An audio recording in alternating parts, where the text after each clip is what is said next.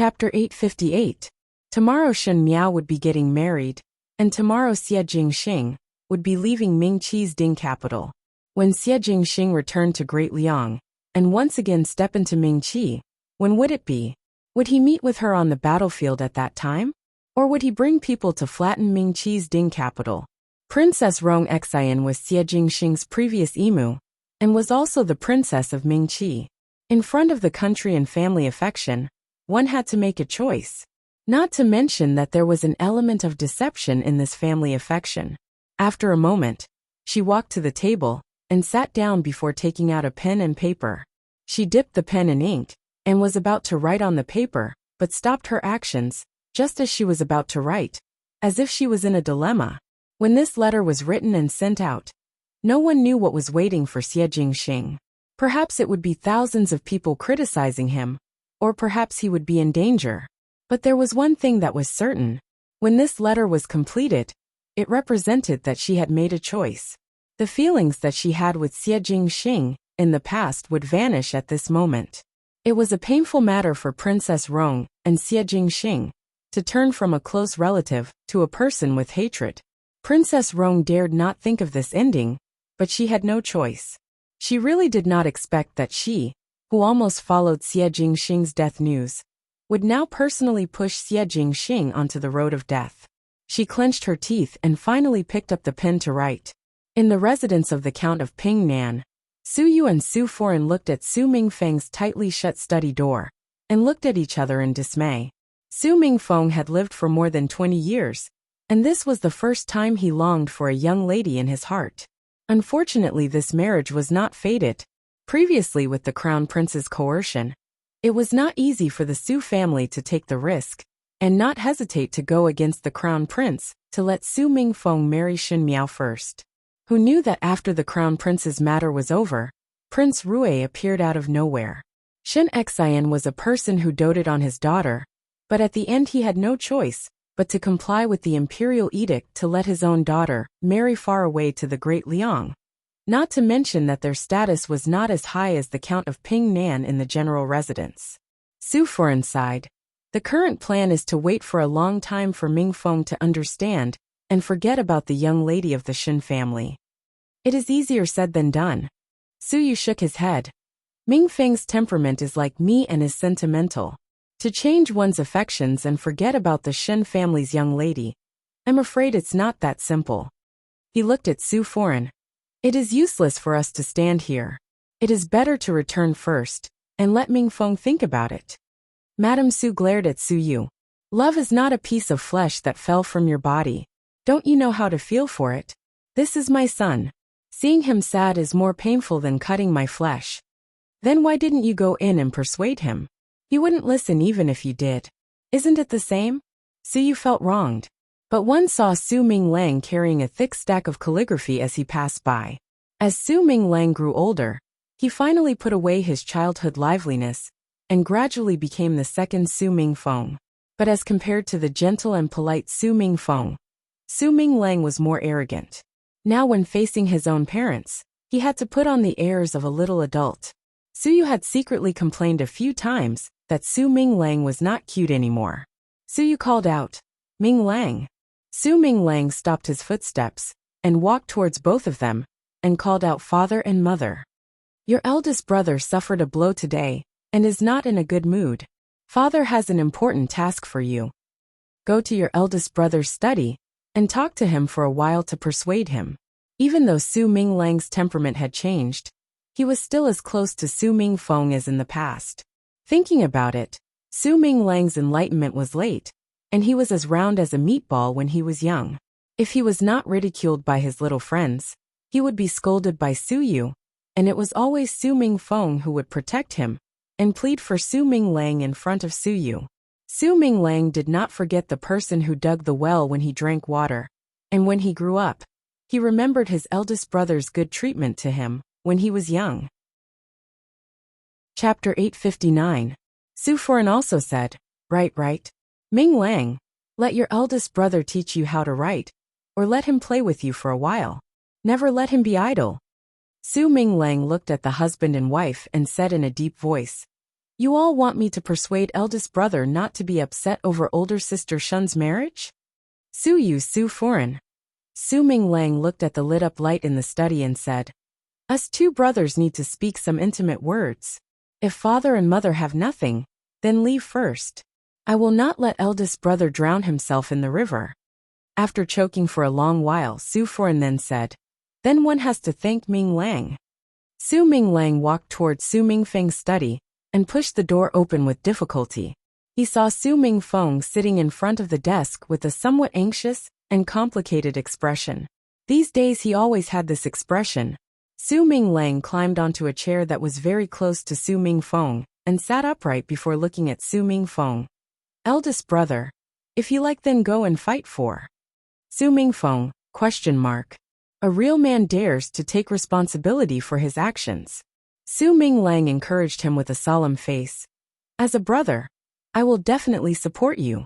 Since you like the young lady of the Shun family, then go and snatch her over. Anyway, as compared to that Wang that one do not know, eldest brother is much better. Only then did he understand what Su Ming Lang was talking about. Su Ming Feng laughed and shook his head. What does it have to do with me who she marries? Then why are you upset? Su Ming Lang asked puzzledly. You do not like older sister Shen? Do not listen to mother's nonsense. When did I ever like her? But you still sent people to secretly investigate older sister Shen. Su Ming Lang accused. If this is not liking, then what is it? Su Ming Feng shook his head. I did not do it because I like her, but because. His tone suddenly paused, and a complicated expression appeared on his face. Su Ming Lang looked at him. Eldest brother, you are really strange now. Second younger brother. Su Ming Feng suddenly asked. Do you still remember Xie Jingxing of the residence of the Marquis of Lineage? Older brother Xie? Su Ming Lang said. Of course I remember. Is that not eldest brother's best friend? In the beginning eldest brother said that older brother Xie had gone to a faraway place and would never return, and told me not to mention older brother Xie in the future. Eldest brother, has Xie older brother returned to Ding capital? Su Ming Feng shook his head. No. He asked. Do you also feel that he is my best friend? Of course. Su Ming Lang said. Although brother Xie is very fierce, has a bad mouth and always bullies me, he treats my family very well. Did eldest brother not say before that eldest brother is the youngest in the residence of the Marquis of Lineage, and Xie older brother is eldest brother's eldest brother? Su Ming Feng was silent. Su Ming Lang looked at him curiously. Did eldest brother quarrel with older brother Xie? Su Ming Feng stood up. Nothing. I will go out for a trip. Ming Lang, you stay here and do not go anywhere. The night of the Ding capital had covered everything. In the princess residence and the Nanbo residence, the undercurrent was like a surging reef, brewing a storm that was enough to destroy everything on the calm water surface. In the residence of Prince Ding, Fu Xiui sat on the high seat. He looked a little haggard, which made his handsome appearance seem a lot less attractive. Some time ago, the dungeon of the residence of Prince Ding was burnt to the ground, and Fu Xiui almost smashed everything that could be smashed in the entire bedroom. There was no way to vent his raging anger, and the news that followed made him even more furious. There was no corpse of Pei Lang in the dungeon. Obviously, Pei Lang was rescued by someone, and one could naturally know that the fire was put down by the person who came to save Pei Lang. To dare to behave atrociously in his residence of Prince Ding, and it was so brazen, and the most important thing was to destroy the thing that he valued. Fu Xiui was determined to dig 3 feet into the ground to find out about Pei Lang and the person behind him. He originally thought that it was the Shen family's people, but at the end of the investigation, there was no relationship at all with the Shen family. As he continued to investigate, the clues were cut off, and there was no sign at all. One could imagine the fire in Fu Xiuyi's heart. Tomorrow was Shen Miao's and Prince Rui's wedding, and after tomorrow, Shen Miao would follow Prince Rui to the Great Liang, and the secret of Prince Rui's body would not be known. Seeing the opportunity disappear in front of him, how could Fu Xiui be willing? Just at this moment, the guard that Fu Xiui sent to investigate the matter came in from outside and bowed to Fu Xiui before saying, Your Highness, There is movement in the residence of the princess residence and the Nanbo residence. Fu Xiuyi's eyes lit up. How is it? That guard walked 2 steps closer and bent over to whisper a few words in Fu Xiuyi's ear. Forget it. Fu Xiuyi's expression was shocked, and then he revealed a look of joy. Heaven is helping me. Immediately send people to follow both of them, and do not let a single trace of them escape. That guard received the order and left. Fu Xiuyi leaned back on the chair, and a complacent smile slowly appeared on his face. Prince Rui, Princess Residence, the Nanbo Xin Miao. He said, this prince would like to see what shameful secrets there are between all of you. Chapter 860.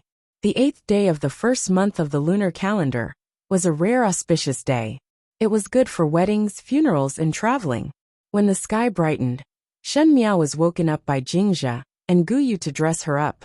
Originally Shen Miao thought that she would not be able to sleep the night before, but who knew that when that day came, she slept exceptionally sweetly.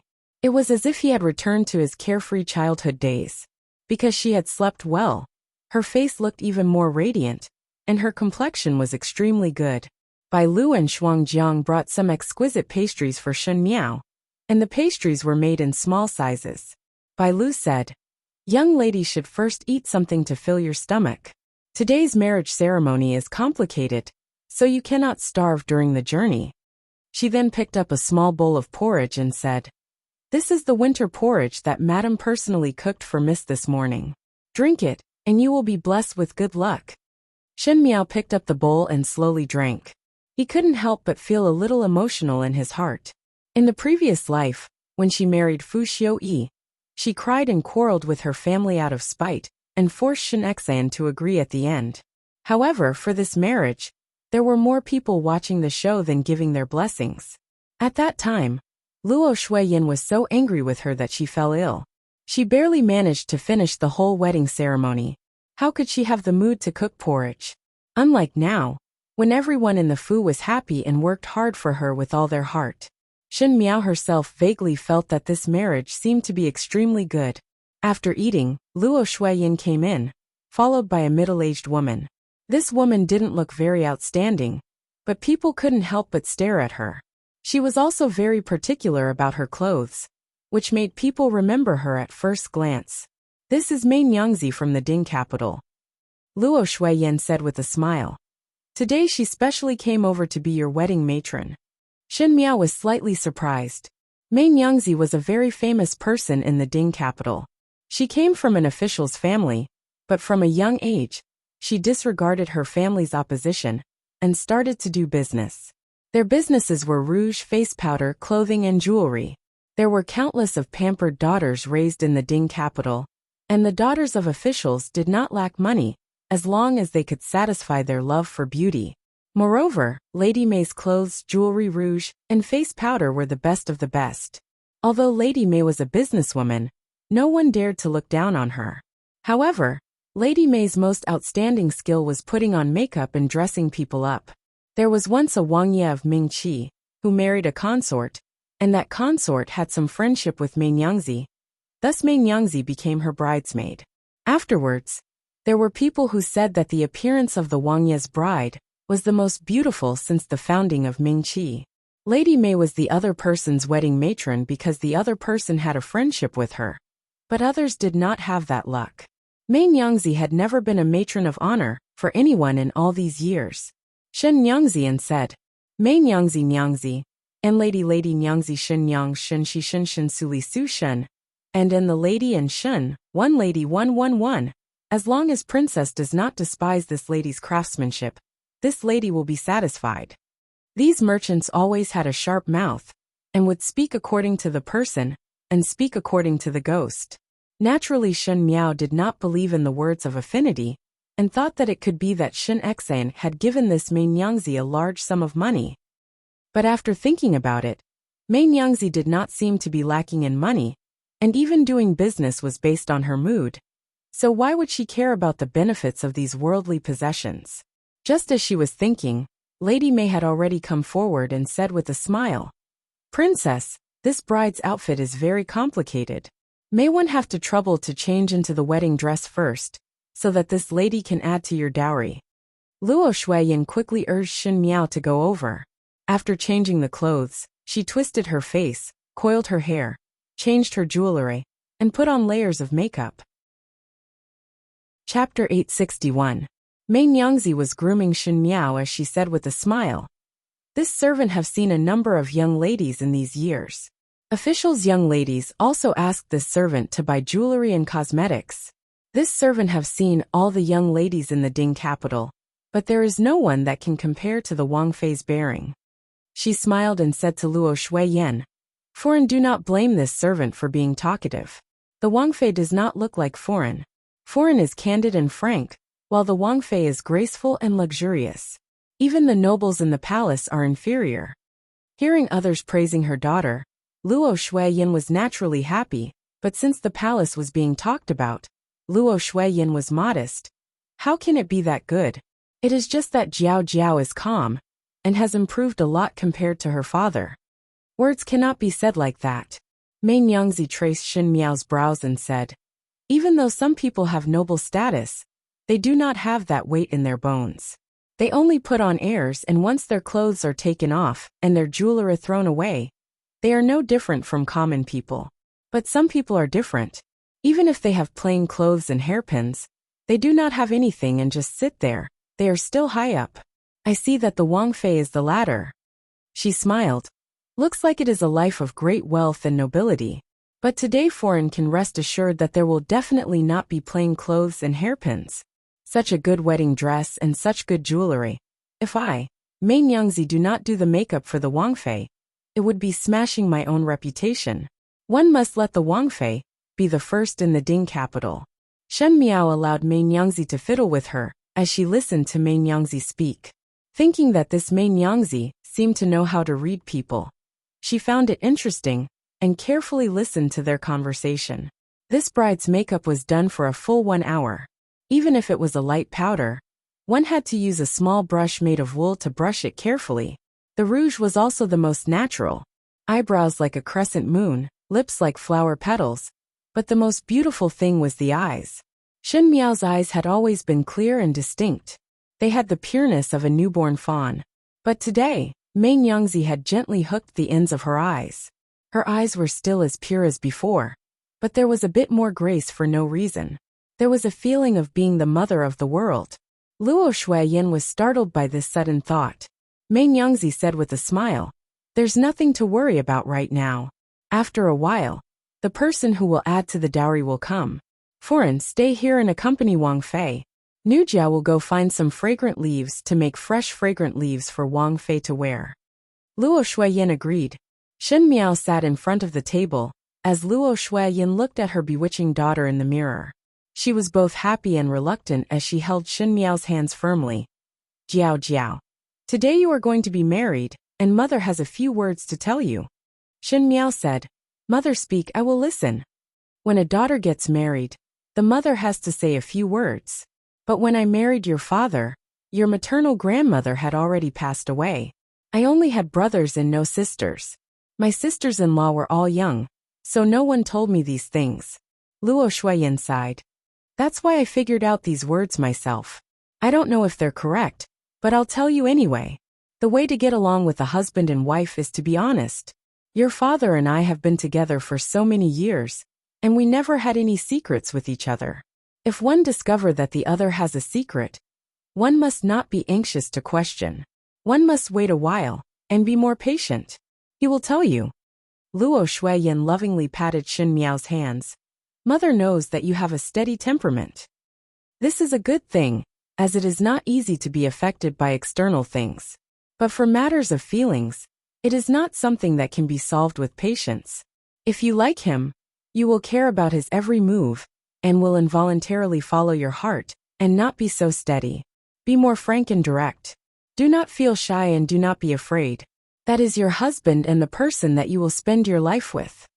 Luo Shuiyin paused before saying, Jing Xing promised me that after having you, he would not have other concubines. To be honest, I do not trust him. As an imperial family, how can there only be one female in the inner courtyard? It is just that now that things have come to this, one can only take one step at a time. Chapter 862. Shen Miao's eyes hung down and heard Luo Shuiyin speaking again. But our Shen family's daughter will never compromise. If your husband has another woman in his backyard, you can be jealous. You can be jealous. You can make a big fuss with him, saying that a virtuous woman is magnanimous. It's all bullshit. It's just an unfair trade that people use to restrict women. If that day ever comes, you don't have to treat him as your husband in your heart. You can't control other people's hearts, but you can control your own. As for the rest, if you want a divorce, father and mother will help you. Shen Miao first looked at Luo Shuiyin in surprise before laughing in her heart. Yes, the Luo family did not have any Tongfang concubines, and the environment that Luo Shuiyin lived in since young made her believe that she would only be a pair of lovers for the rest of her life. If Luo Shuiyin's words were heard by others, it would be shocking, but Shen Miao felt very warm. Luo Shuiyin always considered her feelings and would not let her feel wronged. As for how others felt, what did it have to do with her? Thinking about how Fu Xiuyi's birth mother, consort Dong Shu, always requested her this and that, requesting her to be virtuous and magnanimous, and even took the initiative to recruit a Sufei for Fu Xiuyi not long after they got married, it was really a clear contrast. Luo Shuiyin suddenly took out a small booklet from her sleeve and said, "Jiao jiao this. Keep this well. After the wedding ceremony is over, find some free time to read it." Shen Miao was still somewhat baffled and took it over before asking casually, "What is this?" Luo Shuiyin's face turned red and she stammered, "You need to understand." Seeing that Shen Miao was about to open it, she quickly held Shen Miao's hand and said, "Do not look now. Later. You can read it later when you're alone." Shen Miao nodded her head, and just as she wanted to ask a few more questions, she saw Luo Shuiyin's unnatural expression, and suddenly understood, and her face was burning hot. She had never seen the spring painting before.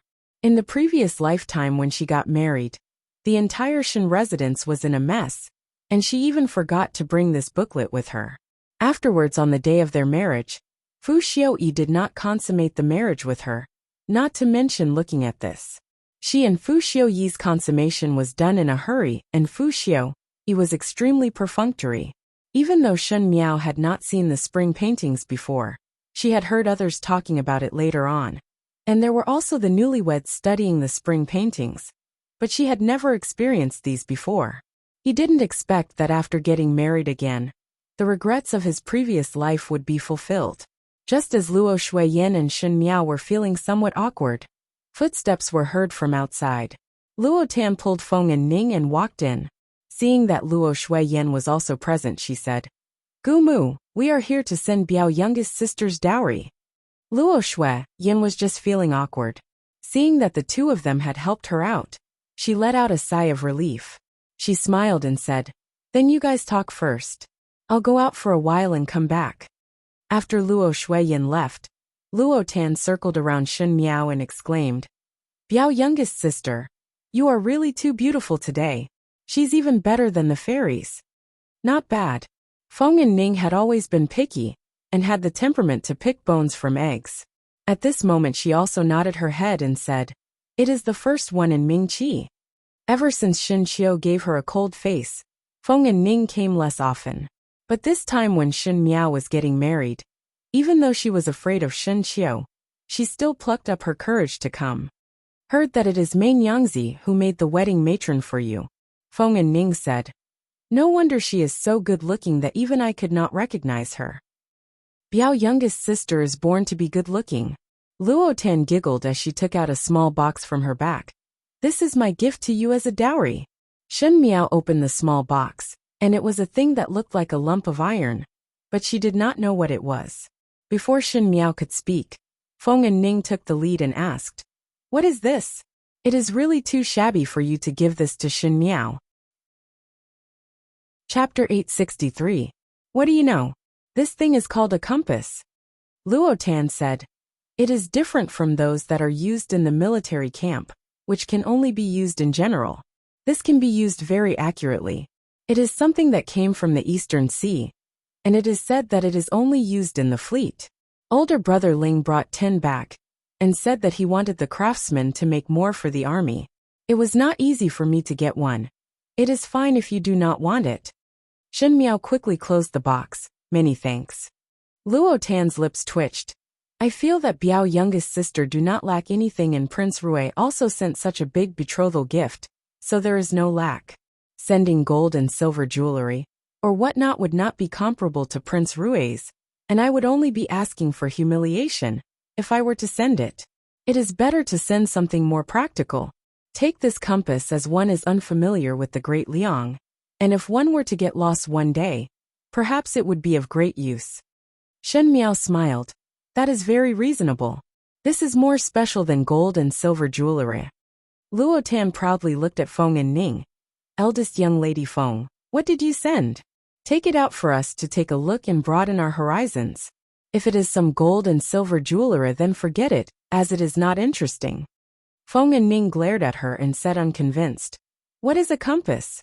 Our Feng family does not have anything, so why would we send such tacky things?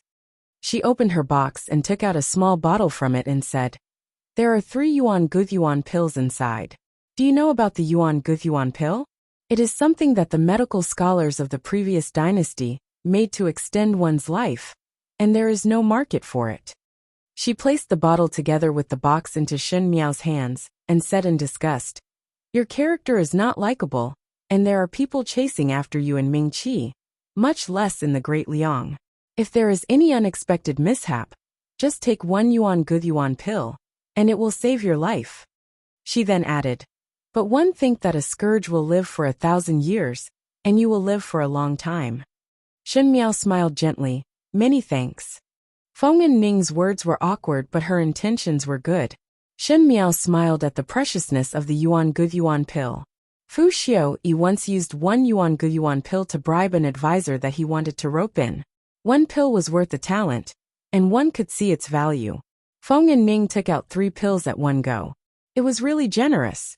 When Feng and Ning heard it, her eyes turned red and said, after this parting, one do not know if one would be able to meet again in this lifetime. You do not have any friends in Mingqi, and since I know you, naturally one cannot let you lose face. One cannot not take out the dowry that was given.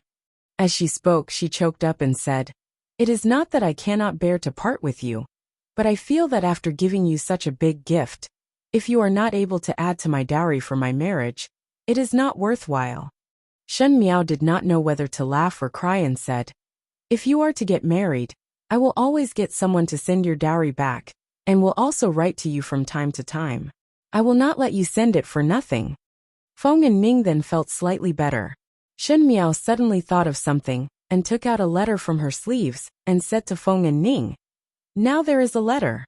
After today's matter, read this letter, and then let your eldest brother read it. Luo Tan and Feng and Ning were surprised at the same time. Luo Tan giggled. Could it be that youngest Biao's sister feels sorry for eldest brother Feng, and did not agree to eldest brother Feng's marriage proposal? So she specially wrote a letter to express her apologies? Finishing, she shook her head. But why let Ning read it? Do not bother about this. Shen Miao said, if there is any trouble in the future, you can come to the Shen mansion to look for my eldest brother. My eldest brother will definitely help. Shen Miao remembered that in the previous lifetime, the Feng family's ending was not good. Feng and Ning married a person with a human face but a beast's heart, and at the end she died at a young age. Now that she was reborn, she and Feng and Ning were after all friends. Thus she could only write down all the things that she could remind the Feng family in the letter. If this letter was taken out by Feng and Ning, one feared that Master Feng would think that Feng and Ning was messing around. But it was different when Feng Zixian took it out. Feng Zixian had after all entered officialdom, and Master Feng believed in Feng Zixian's talent. So he would treat this matter seriously. Chapter 864. As for Shen Qiu, since Shen Miao was not in Mingqi, he could only trouble his eldest brother to help take care of the Feng family. When Feng and Ning heard it, her face turned red and she mumbled, so fierce. Who needs his help? These words were not heard by Shen Miao. Shen Miao did not have any sisters, and had even fewer friends in Mingqi. Most of those who came to add to the dowry were looking at Luo Shuiyan's face, and those young ladies wanted to please Shen Miao. Most of the gifts were gold and silver jewelry. When they saw each other, there were those who were jealous and envious as they all praised Shen Miao's wedding dress and new dowry.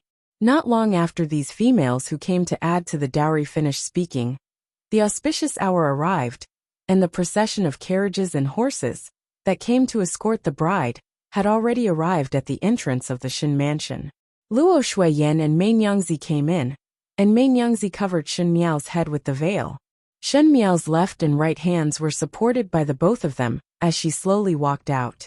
The entrance of the Shen mansion was exceptionally lively today. The Ding capital streets were empty just to see the Shen family's daughter getting married. The entrance of the Shen mansion was surrounded by 3 layers of people. The commoners were discussing. Today the extravagance of the 5th young lady of the Shen family's marriage is very big. Look at the carriages and horses outside. It is not something that an ordinary person can use. You see that the sachets that were given as gifts are all silver pieces and not copper coins. One would know that this marriage gift is not ordinary. Another person interrupted. How can the extravagance not be big? Not to mention that the Shen family is already very well off. One do not even look at who 5th young lady is marrying. That is a prince of the Great Liang. One heard that the Great Liang's land is rich and fertile. Initially one did not believe it, but now one have no choice but to believe it. A prince of the Great Liang marrying a wife is even grander than our emperors. Isn't this slapping His Majesty's face? Sure, these words cannot be spoken carelessly. It is enough to know it in one's heart. The middle-aged female said. One heard that the Great Liang's Prince Rui sent a total of 99 sets of betrothal gifts. One do not know if it is real or fake. Quickly look. It is here. In Ming Qi's wedding ceremony, there was a need to send betrothal gifts. On the day of the marriage, there would be people who would carry the betrothal gifts to the bride's maiden home, for everyone to see, and also for the surrounding people to see clearly. Thus, the more generous the betrothal gifts were, the more face the bride and groom would feel. They thought that by giving so many betrothal gifts in front of the people of the world, the bride would feel proud, the groom would also feel proud, and everyone would be happy. Therefore, in order to save face, some people would purposely give an empty box as a betrothal gift on the day of the wedding. But today was not the case. That was because the betrothal gifts were all in boxes that were wide open, allowing people to see the contents clearly. Antiques, paintings, accessories, furniture, jewelry, clothes, silver. There was everything that one could think of, and the boxes were packed tightly, without a single drop of water. Almost everyone's eyes turned red, but no one dared to make a move. Even the most arrogant thieves and robbers did not dare to act rashly, because around the manservants who were carrying the boxes, there were all Great Liang soldiers. The soldiers were wearing thick armors, and their treasured swords were unsheathed by their sides. They did not look angry, and their footsteps were orderly, as if as long as there was someone with bad intentions, they would immediately drag that person out and behead him. This kind of prestige and fierceness made others not dare to come close. The crowd spontaneously opened up a path to let those people carrying the betrothal gifts pass. Some people were curious and really used their fingers to count one by one. 1, 2, 3, 4. The long queue seemed to have no end, and the sound of people sucking in cold air was heard one after another. Until the last number, someone shouted out, "It is 99 sets. 99 sets of betrothal gifts. 99 sets of betrothal gifts." Chapter 865. In the beginning, when the Crown Prince married the Crown Prince's imperial consort, there were only 58 sets, and this was almost more than half. But Prince Rui was only a prince of the Great Liang, so if it was the Great Liang's emperor's wedding, how much extravagant would it be? But one need not care about the Great Liang's emperor. Now that Shen Miao was married, it was already more extravagant than the Ming Qi's emperor. The crowd could not help but burst into exclamations. One could imagine that after today, Shen Miao's grand marriage would become a grand scene that no one in Ming Qi would be able to surpass. There were also young females in the surrounding crowd, not to mention the daughters of officials that came to add to the dowry. All of their eyes turned red. Which woman didn't look forward to a grand marriage? Women were always somewhat vain. But who would have thought that the stupid Shen Miao of the Shen family, who could not be compared to her own Tangjia, who was always ridiculed and laughed at, and was disdained by Prince Ding, would be able to marry such a good marriage? One had to know that in the beginning Fu Xiaoyi was indifferent to Shen Miao, but Shen Miao became braver, and was treated as a joke by the entire Ding capital. So it was said that misfortune may be a blessing in disguise. Who could say what would happen in the future? Someone said, "Did not fifth Shen young lady adore His Highness Prince Ding?" One fear that one is rejoicing in one's heart. One know that His Highness Prince Ding had always been simple. And if fifth Shen young lady married to His Highness Prince Ding, one fear that there would not even be 1% of this extravagance. These words were coincidentally heard by Fu Xiaoyi, who was in the crowd. A trace of anger surfaced on his face, but he quickly suppressed it. His simplicity was done for the world to see, but it was for a good reputation. If he was to hear others say this in the past, Fu Xiaoyi would only be happy, because it meant that he had succeeded. But today at this place, at this time, Fu Xiaoyi was said to be simple, which made Fu Xiaoyi angry. It seemed to be saying that he was far inferior to Prince Rui. The guards that were sent out to investigate yesterday had not returned yet. Fu Xiaoyi knew that the matter had most likely failed. He sent people to search for the whereabouts of his subordinates. But at the same time he had no choice but to participate in Shen Miao's marriage. He also wanted to see how arrogant this great Liang's Prince Rui could be. Unexpectedly, Prince Rui really dared to do so. To actually use such a big extravagance as a comparison, it made the imperial family of Mingqi more stingy. If this was not a clear slap to the imperial family's face, what was the most hateful thing was that this could not be said, as Prince Rui was not a person of Mingqi, and the rules of Mingqi could not control him. He then looked at the entrance of the Shen mansion, where Shen Miao was being supported by Luo Shuiyan and Mei Nyangzi as they walked out. Shen Miao was standing on the brazier, and carefully lifted her feet to avoid burning her skirt. Her movements were careful and slow, as if she was taking this matter very seriously. The surrounding people were amazed at how bright and resplendent Shen Miao's wedding dress was, but Fu Xiaoyi felt an indescribable feeling in his heart. He suddenly felt that this scene was extremely glaring. But why? Towards Shen Miao, Fu Xiaoyi had a strange feeling in his heart. Initially, when Shen Miao chased after him, he hated stupid people and wanted to use the Shen family's military power to make use of her. Afterwards, one day, Shen Miao stopped chasing him, and Fu Xiaoyi found out that he did not understand Shen Miao at all. Not only was Shen Miao not stupid, she was also very cunning. The Shen family was also very strange. It was obviously a chess piece that was held in one's hands, but one did not know when it started. It had escaped from his hands, and even formed a faction on the other side of the Chu Hihan boundary, and confronted him. But that had nothing to do with feelings. Before Fu Xiaoyi's great undertaking was completed, he did not have any thoughts to delay the relationship between a man and a woman. But at this moment, Fu Xiaoyi actually had an impulse to kick over the brazier, because he faintly felt that this scene was not right, and seemed to be wrong somewhere. Just as he was unable to suppress this inexplicable thought in his mind, there was a sudden commotion in the crowd. He turned his head to look, and saw that the crowd automatically separated to form a small path, and from the end of the path, there was a person in bright clothes riding a horse over. That person pulled the reins, and his bright red robe was as hot as a raging fire, as he quickly rode the horse over from afar. His clothes fluttered, and his posture was elegant but passionate, almost burning one's eyes. Everyone was in an uproar. That person was just a step away from Shen Miao when he suddenly pulled the reins, and the horse's hooves suddenly stopped, causing everyone to exclaim in surprise. The young man was sitting high up on the horse, and his silver mask was slightly reddened by the bright red robe. He did not say anything, and only leaned over slightly on the horse's back, and reached out a hand towards the new bride. He lazily opened his mouth in an irresistible manner. "Come to marry you, Shen Jiaojiao." Chapter 866. Come to marry you, Shen Jiaojiao. His tone was casual, but his posture of reaching out from the horse was extremely serious. He was so unrestrained and arrogant, disregarding etiquette, but it made one feel that everything in the world had quietened down. Only this man's appearance was deeply engraved in one's heart, making one unforgettable.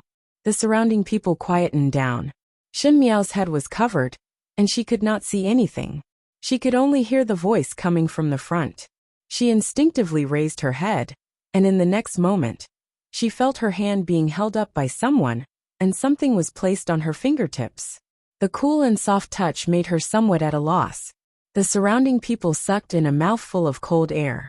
Every generation of the prince of the first rank would have their own thumb ring. The thumb ring was not just a decoration, but more importantly a symbol of status. One could use this thumb ring to command his subordinates at will. Of course, everyone would know the royal relatives and nobles wherever they went, so there was no need to use this thumb ring. But one had never seen a thumb ring that symbolized the status of a prince of the first rank being given to others. This was not just a thumb ring that was given out. This meant that Prince Rui had given Shin Miao the power to mobilize his subordinates at will. With Shin Miao having this thumb ring, when everyone looked at her, it was no different from looking at Prince Rui. This was surrendering one's power to others, but he was giving it to a female. One had seen those who dote on their wife, but one had never seen such doting. The surrounding young ladies were extremely envious and jealous. Even though this Prince Rui was wearing a mask, his charm was infinite. His status was noble, and he was also generous.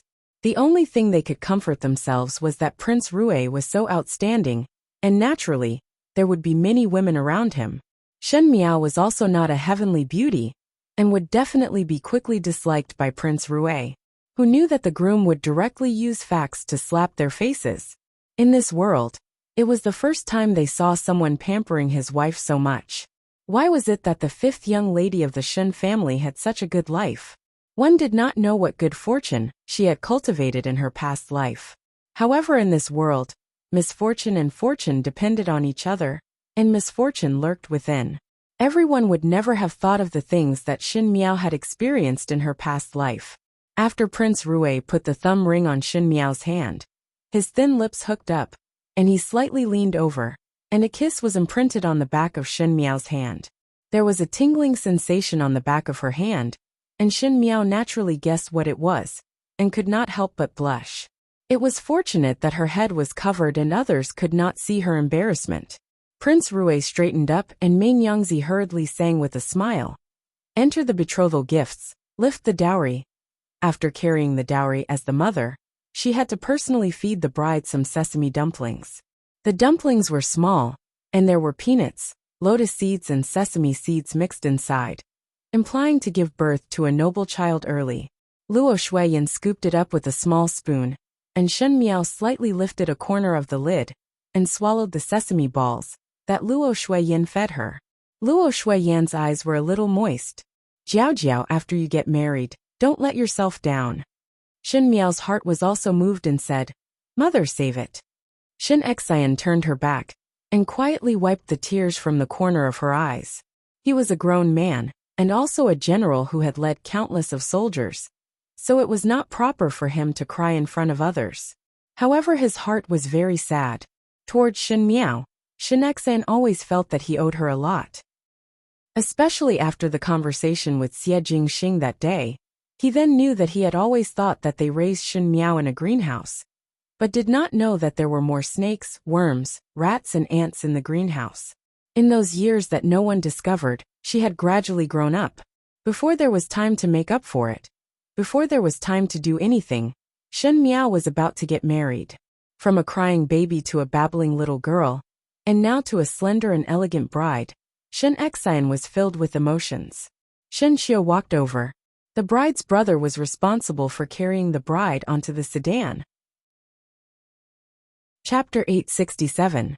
Shin Miao laid on Shin Xiu's back and Shin Xiu walked exceptionally slowly as he spoke softly. Younger sister, you are too thin. If you were to marry to the great Liang, when I see you again, as long as you are thinner than today, I will look for Prince Rui to settle accounts. Shen Miao, quickly give birth to a niece for me. A nephew is also fine. Shin Xiu's voice was naive, and did not have the bravery of the battlefield. He said, I will come and see you. Shen Miao buried her head in Shen Qiu's neck and acted like a spoiled child to him. Must. Prince Rui, who was on horseback, saw this scene, and his brows twitched. After Shen Qiu carried Shen Miao onto the sedan, and the curtain was lowered, Meng Yangzi started to sing. The most grand event in the world is the joy of a wedding. The monarch did not hear of the saints, a mouthful of food, a ladle of drink, in a shabby alley. One cannot bear the worries and one does not change one's happiness. Langjun is like this. Ah, beautiful. The fifth lady of the Shen family. At the beginning of Niwa, she refined 10,000 stones to mend the heavens, cultivated on the surface and melted into the inside. She was really a gentle and graceful lady. Born to be a citizen, there are rules for everything. Langjuan's appearance was dignified, and his mannerisms were like a wild goose pagoda. Even though he was involved in the crowd, it did not change. The fifth lady of the Shen family was from the Mingqi's Ding capital. She was gentle and virtuous, completely different from the vulgar, bewitching and elegant. Her appearance was dignified, and her mannerisms were reserved. Even Shizi's appearance could not compare. Today the marriage of Qin and Jin, tying the hair to become husband and wife, loving and inseparable. 1 Yang first moves, 2 surnames harmony, 3 abundance, 4 beauties, 5 generations of prosperity, the phoenix divination. 6 rites completed, 7 virtuous gathered, 8 gathered, 9 harmonized, 10 perfect and flawless. Envy the Luan in harmony. A pair of lovers leave a shadow, matchless country's scholars tie the knot. Lift the sedan, the wedding is a success.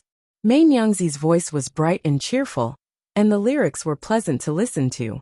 When she finished singing, everyone applauded and cheered. The servants who were preparing outside suddenly threw out the copper coins that were pasted with gold foil. The crowd swarmed and said auspicious words as they snatched the money and sweets at the same time. It was bustling with activity. Shen Miao sat in the bridal sedan chair. Although she could not see what was happening outside, she could clearly hear the surrounding movements. It was bustling, which made her heart feel perturbed. She comforted herself that it was not her first time getting on the bridal sedan. So what was there to be nervous about? However, when she did it again, her hands still couldn't stop trembling. Lowering her head, she saw the white jade thumb ring on her fingertip. It flickered with a bright and clean color, and she couldn't help but reach out to touch it. The bearers outside began to lift the bridal sedan. The bearers that Xie Jingxing found were naturally good, and the sedan chair was lifted very steadily and did not sway at all. Prince Rui sat on a tall horse and walked at the front. There were large red silk flowers hanging on the horse's body, making him look very dignified. His posture was lazy but elegant, and everywhere he went, the commoners cheered and laughed. This was actually very valuable because Prince Rui was not a person of Mingqi, and the relationship between the Great Liang and Mingqi was very subtle. But even so, the commoners seemed to respect Prince Rui a lot. Perhaps it was because the other party was generous, or perhaps it was because some people felt comfortable just by looking at him. At the end of the day, Prince Rui's marriage was considered to be a joyous occasion for all the commoners. Behind Prince Rui was the bridal sedan that the bearers were carrying, and on both sides, the carriages and horses of the residents of Prince Rui kept scattering money. One heard that Prince Rui's marriage entourage would circle around the entire Ding capital. So scattering money along the way was really too generous. Behind them was the Shen family's wedding entourage. The Shen family was not as arrogant as Prince Rui, and handled the boxes well. Everyone counted, and there was a total of 50 sets, which was exactly half of Prince Rui's betrothal gifts. Even though this dowry could not be compared to Prince Rui's betrothal gifts, it was definitely not a small amount. One had to know that when the crown prince married, the crown prince's consort's dowry was only 42 sets, and the Shen family had 8 more sets. The most important thing was that the Shen family was not a wealthy merchant family. Even though they were well off, they were definitely not overflowing with wealth. Chapter 868. This kind of attitude was enough to show Shen Miao's position in Shen Xian and wife's heart. At the back of the crowd, Luo Shuiyan, who was riding along with the wedding procession, secretly turned her head and said to Shen Xian, "Is this really good?" Shen Exan said. Since he dares to send, we dare to accept. Moreover, he sent 99 sets, and our residents cannot afford so much dowry. If it is less, others would laugh at us. Luo Shuiyin did not speak anymore. Out of the 50 sets of Shen Miao's dowry, 20 sets were from Prince Rui. On that day when Prince Rui came over to send the dowry, a piece of paper fell out from the dowry box. Luo Shuiyin saw clearly that it was the list of Shen Miao's dowry. Prince Rui also knew that his betrothal gifts were too shocking, and the Shen family would definitely not be able to afford a matching dowry. So he simply settled the dowry himself. Even though there were only 20 sets, these 20 sets were firmly filled to the brim. In other words, Prince Rui had given the Shen family 119 sets of dowry. It was because of this that Shen Qiu's impression of Prince Rui became better. After all, the other party was not stingy with spending money on Shen Miao's marriage, and was a very straightforward person. The streets were filled with gongs and drums beating in joy. Fu Xiaoyi was mixed in the crowd, but did not continue to follow. He only felt that this scene was very eye-catching, and his face was cold, as he turned his back to the sedan chair and left. Naturally, Emperor Wenhui was the same as him. Emperor Wenhui had long heard from his subordinates that Prince Rui's marriage was grand, and was even more glorious than him, the emperor. This was like slapping his face. The more glorious Prince Rui was, the more the Ming-Chi's imperial family looked like a cold cicada. Of course, the thing that made Emperor Wenhui the most unhappy was not this, but that he was originally unwilling to this marriage. If it was not for Prince Rui using the few cities at the border to threaten him, he would not have made this move. He was obviously not willing for Shen Miao's marriage, but he still had to write an imperial edict to Prince Rui. The Shen family's good chess piece was wasted just like that. As long as Emperor Wenhui mentioned that Prince Rui was getting married today, the scene of Prince Rui threatening him in the imperial study to bestow marriage would appear in his mind. His chest would be stuffy, and he would not take the initiative to find trouble for himself. He then let the eunuchs in the palace receive the wedding gifts that Prince Rui sent over, and closed the palace doors tightly. He then returned to Yangxan Hall to lie down, and did not allow anyone to disturb him. This marriage had to be done in Ming-Chi, and the bridal sedan had to be carried around the Ding capital. But marriage was a matter of both parties. Prince Rui's family was in the Great Liang, and originally after the bridal sedan bypassed the city gates, it was to leave the city, but Prince Rui insisted on completing all the formalities in the Ding capital. Thus the ritual of greeting one's parents was held at the altar in the Ding capital. The altar in the Ding capital was a place that the emperor would use when he appointed the Empress.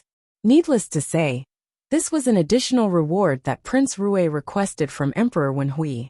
No matter how unwilling Emperor Wenhui was, he could only agree. On the altar, Meng Yangzi carefully helped Shen Miao down from the bridal sedan, and Luo Shuiyin and Shen Exan, who followed along, sat at the other end of the altar. Bow to heaven and earth, bow to one's parents, and bow to one another as husband and wife. This was Ming-Chi, so naturally Luo Shuiyin and Shen Exan accepted Shen Miao's bow. But Prince Rui's imperial father and Empress mother had already passed away for many years. Both of them could only sprinkle wine on the ground as a form of worship. Finally, the husband and wife bowed to one another, and the ceremony was completed. Since the matter had reached this point, it was announced that from now onwards, Shen Miao was Prince Rui's consort. Marry a chicken and follow the chicken. Marry a dog and follow the dog. She was after all a great Liang person. In the midst of everyone's cheers and laughter, far away from the crowd, Ji Yushu was talking to the people beside him. I really did not expect that third older brother would really marry Shen young lady. He sighed. 2 years ago I could see that third older brother treated fifth Shen young lady differently, but did not expect that she would become my sister-in-law. But it is also quite good. I initially thought that with third older brother's temper, ordinary young ladies would not be able to handle it, but fifth Shen young lady is different. With her around, I am assured. Chapter 869. The person standing opposite him was also wearing the clothes of the servants of Prince Rui's residence. His face was sloppy and ordinary, but it was Pei Lang who had disguised himself. Pei Lang finally agreed to follow Shen Miao to the Great Liang. Just like what Shen Miao said, he had already completely offended Fu Xiuyi, and if he continued to stay in Mingqi, not only would he not be able to gain any benefits, he might even implicate Lu Ying. Fu Xiuyi had many eyes and ears, and perhaps one day he would be able to find out his details. It would be better to bring Lu Ying back to the Great Liang with him, and take drastic measures. Even if Fu Xiuyi really discovered something, he would also be helpless. On one hand it was for Lu Ying's consideration, and on the other hand, it was because Pei Lang himself wanted to do so. As for knowing that Prince Rui's real body was Xie Jingxing, that was a matter of a few days ago. He was recuperating in the residence of Prince Rui, and when he went out to the courtyard at night, he happened to see Prince Rui's back facing him. When he went up to greet, he saw the true face of Prince Rui. Prince Rui did not wear a mask. Pei Lang knew that if a person like Prince Rui wanted to conceal something, he would definitely not let his guard down. Obviously, he had intentionally, accidentally, let Pei Lang see his face. Perhaps he was using his identity to declare something. Now Pei Lang understood why Prince Rui would do that. Pei Lang kept persuading Shen Miao to think about the marriage with Prince Rui. Towards a prince of the Great Liang, Shen Miao's understanding of the other party was still too shallow. But when Prince Rui became Xie Jingxing, many things were different. Xie Jingxing and Shen Miao knew each other, and seemed to have some friendship. Since Shen Miao already knew that Xie Jingxing's identity was a prince of the Great Liang, their relationship was definitely not ordinary. He raised his eyes and looked at the couple on the altar, who were dressed in wedding clothes. The man was talented, and the woman was beautiful. They were a perfect match. An inexplicable sour feeling welled up in his heart. For a person like Shen Miao, even though she always schemed against people's hearts and made use of everything around her, she was an extremely stubborn person. No one could change what they had decided on. For example, if she hated Fu Xiuyi, she could use all means, even if it meant risking her life to draw a line with Fu Xiuyi. Actually, if she wasn't willing, no one could force her. His gaze then fell onto Prince Rui. To create such a big scene, and force the imperial family of Mingqi to retreat step by step, who would believe that the Great Liang would always be content in a corner? She was the golden phoenix that soared to the ninth heaven, and he was the true dragon that could call the wind and summon the rain. Ji Yushu glanced at him and patted his shoulder before speaking sympathetically. A fair and graceful lady is a gentleman's desire. Gentleman Pei must not be too sad. When we return to the Great Liang, with Gentleman Pei's grace, there will be many young ladies who adore you. At that time I will let young lady Xiao, Yao introduce your sisters to you. Even though Ji Yushu still remembered that he was locked up in the tower prison for a period of time because of Pei Lang, but seeing Pei Lang this sorrowful today, at the end he did not hit him when he was down. Pei Lang was embarrassed to be seen, but he stubbornly looked at the couple, refusing to move his eyes away. Ji Yushu sighed softly in his heart. Gao Yang also followed them back to the Great Liang today, but he was the imperial physician of Mingqi in name, and had some status and things to pack. If Emperor Wenhui knew that Gao Yang brought all the expensive medicinal herbs back to the Great Liang, one did not know what kind of wonderful expression he would have. When all these were done, and the complicated and cumbersome etiquette was meticulously completed, it was already afternoon. It was time to leave the city. Shen Miao was married to Prince Ding. This was called a distant marriage. From the Mingqi's Ding capital's city gates, from then on the mountains and rivers would grow. One would be a Great Liang's person. Chapter 870. Everyone in the Shen family naturally wanted to follow along. Luotan did not go, and said that Shen Miao was unwilling to bring her along to the Great Liang. Her heart was sullen, and today she followed them to the Ding capital during the day, but she was not willing to see that kind of parting scene again. Everyone could not do anything to her, and could only give up. In the princess residence in the Ding capital, Princess Rong Xian was sitting restlessly in the room. Your Princess Highness, Prince Rui's sedan chair is almost at the city gates. The person who came to report said. Princess Rong Xian waved her hands irritably, and let the servant leave. She fell onto the chair, and bit her lips uneasily. In that letter, Xie Jingxing's real identity was exposed, and she had to send the letter to the imperial palace's Emperor Wenhui's hands. This was her responsibility as a princess of Mingqi. Since ancient times it was difficult to be loyal and righteous at the same time. One could only choose between family affection and one's country. Even though she and Xie Jingxing had an indelible relationship that was closer than mother and son, but the distance between the two countries made this relationship not pure. If Xie Jingxing died because of this, Princess Rong Xian would be sad, but if she did not do anything and let Xie Jingxing bring the secret back to the Great Liang, Princess Rong Xian would regret it. Therefore, at the last moment, she chose to personally cut off her attachment and feelings for him. Princess Rong Xian had an absolute understanding of her own imperial older brother as to what would happen after Xie Jingxing's identity was exposed. Perhaps because of the Great Liang's national strength, they would not do anything that would make Xie Jingxing die, but to destroy a person's reputation and let 10,000 people curse was possible. To carry such a stigma, even if he returned to the Great Liang, Xie Jingxing's days would definitely not be good. Princess Rong Xian chose to use the letter to explain everything and did not personally see Emperor Wenhui, as if she felt that this would be able to ignore her own betrayal. As if the one who betrayed Xie Jingxing was not herself. But why did Emperor Wenhui did not take any action until now? Now that the carriages and horses were about to reach the city gates, Shen Miao would get off the sedan chair and board the horse carriage to leave the Ding capital with Xie Jingxing and head to the Great Liang. This kind of procrastination was not imperial older brother's character. There were some doubts in her heart, but there was more uneasiness.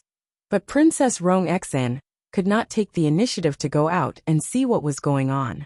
She was ultimately unable to face Xie Jingxing, or it should be said that she did not have the face. Go and check again. She called another subordinate over. Rui Wangfei's marriage sedan had already reached the city gates, and Mei Nyangzi had completed the matters that the matron of honor wanted to do. Jingzhe and Gu Yu helped Shen Miao down from the marriage sedan. Shen Xian and Luo Shuiyin carefully exhorted Shen Miao. The Great Liang and Mingqi are different. At that end, remember to always take care of yourself. If you're cold, take care of yourself. Write to them from time to time. If you are wronged, you must tell them. Shen Xian turned his head and said a few words to Xie Jingxing. They were well aware of each other's identity, and since Xie Jingxing was honest, Shen Xian's view of him had changed. He instructed Xie Jingxing to not let Shen Miao be bullied in the Great Liang no matter what. Xie Jingxing naturally agreed. Shen Xiu fiercely threatened that if the next time he saw that Shen Miao was thin or haggard, he would definitely bring the Shen family army to flatten the residence of Prince Rui. Prince Rui only snorted at this. If it was not for Luo Shuiyin stopping him, one feared that Shen Xiu would have fought with Xie Jingxing on the spot. The time had arrived and Shen Miao spoke a few more words to Shen Xian and Luo Shuiyin. Now that she was about to leave the Ding capital, there were many matters in Mingqi that she wanted to manage, thus she could only exhort a few words. Chapter 871. Luo Shuiyin wiped her tears and said, "Jiao Jiao, you must write back." The curtain of the horse carriage was put down, and the long convoy of guards moved forward one by one, carrying the heavy dowry, as they moved forward in an imposing manner. And at the front, Xie Jingxing was sitting upright on the horse, but the horse kept following the carriage, and from time to time, he would talk to Shen Miao through the curtain of the carriage. It made Jingzhe Guyu and the few maids giggle. The journey was naturally very far, and from Mingqi to the Great Liang, it would take a few months of journey. In the past lifetime, she had also left the Ding capital's city gates and traveled to the Qin country. But the carriage that she sat in after the country was not as comfortable as it was now. At that time, there were very few servants and palace maids, not to mention people who would protect her and accompany her to talk. Faintly, there was some joy in Shen Miao's heart. Until the evening, it was time to find a place to rest outside.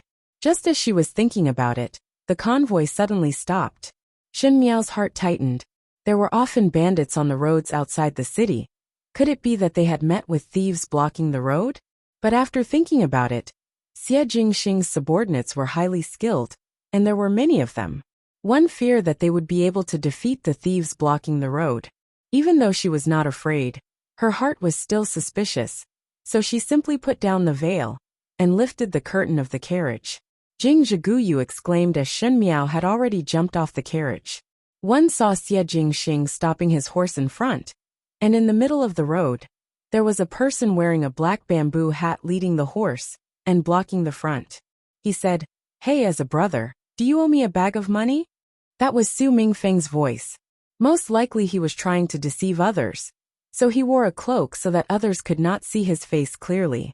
He followed from afar, or perhaps he had arrived here in advance, and was far enough that he was not afraid of others hearing the conversation here. Shen Miao was slightly startled, but Xie Jingxing had already flipped down the horse and walked in front of Su Mingfeng. Su Mingfeng took out a letter from his bosom and smashed it on Xie Jingxing's chest. "My congratulatory gift." He then whispered, "The letter that was sent out from the princess residence was suppressed by me." "I know." Xie Jingxing's lips hooked up. "But many thanks." Su Mingfeng was surprised for a moment before his voice became angry. "You know? By the way, you have eyes and ears everywhere. I'm afraid you've already hidden your men everywhere. Every movement in the princess mansion can't escape your eyes. Even if I didn't suppress this letter yesterday, you still have a way to take it away." Xie Jingxing declined to comment. "You." Su Mingfeng grabbed Xie Jingxing's collar and pretended to beat him up. Jing Zhe and Guyu jumped in shock, but Tai Yi and the rest did not step forward to stop them.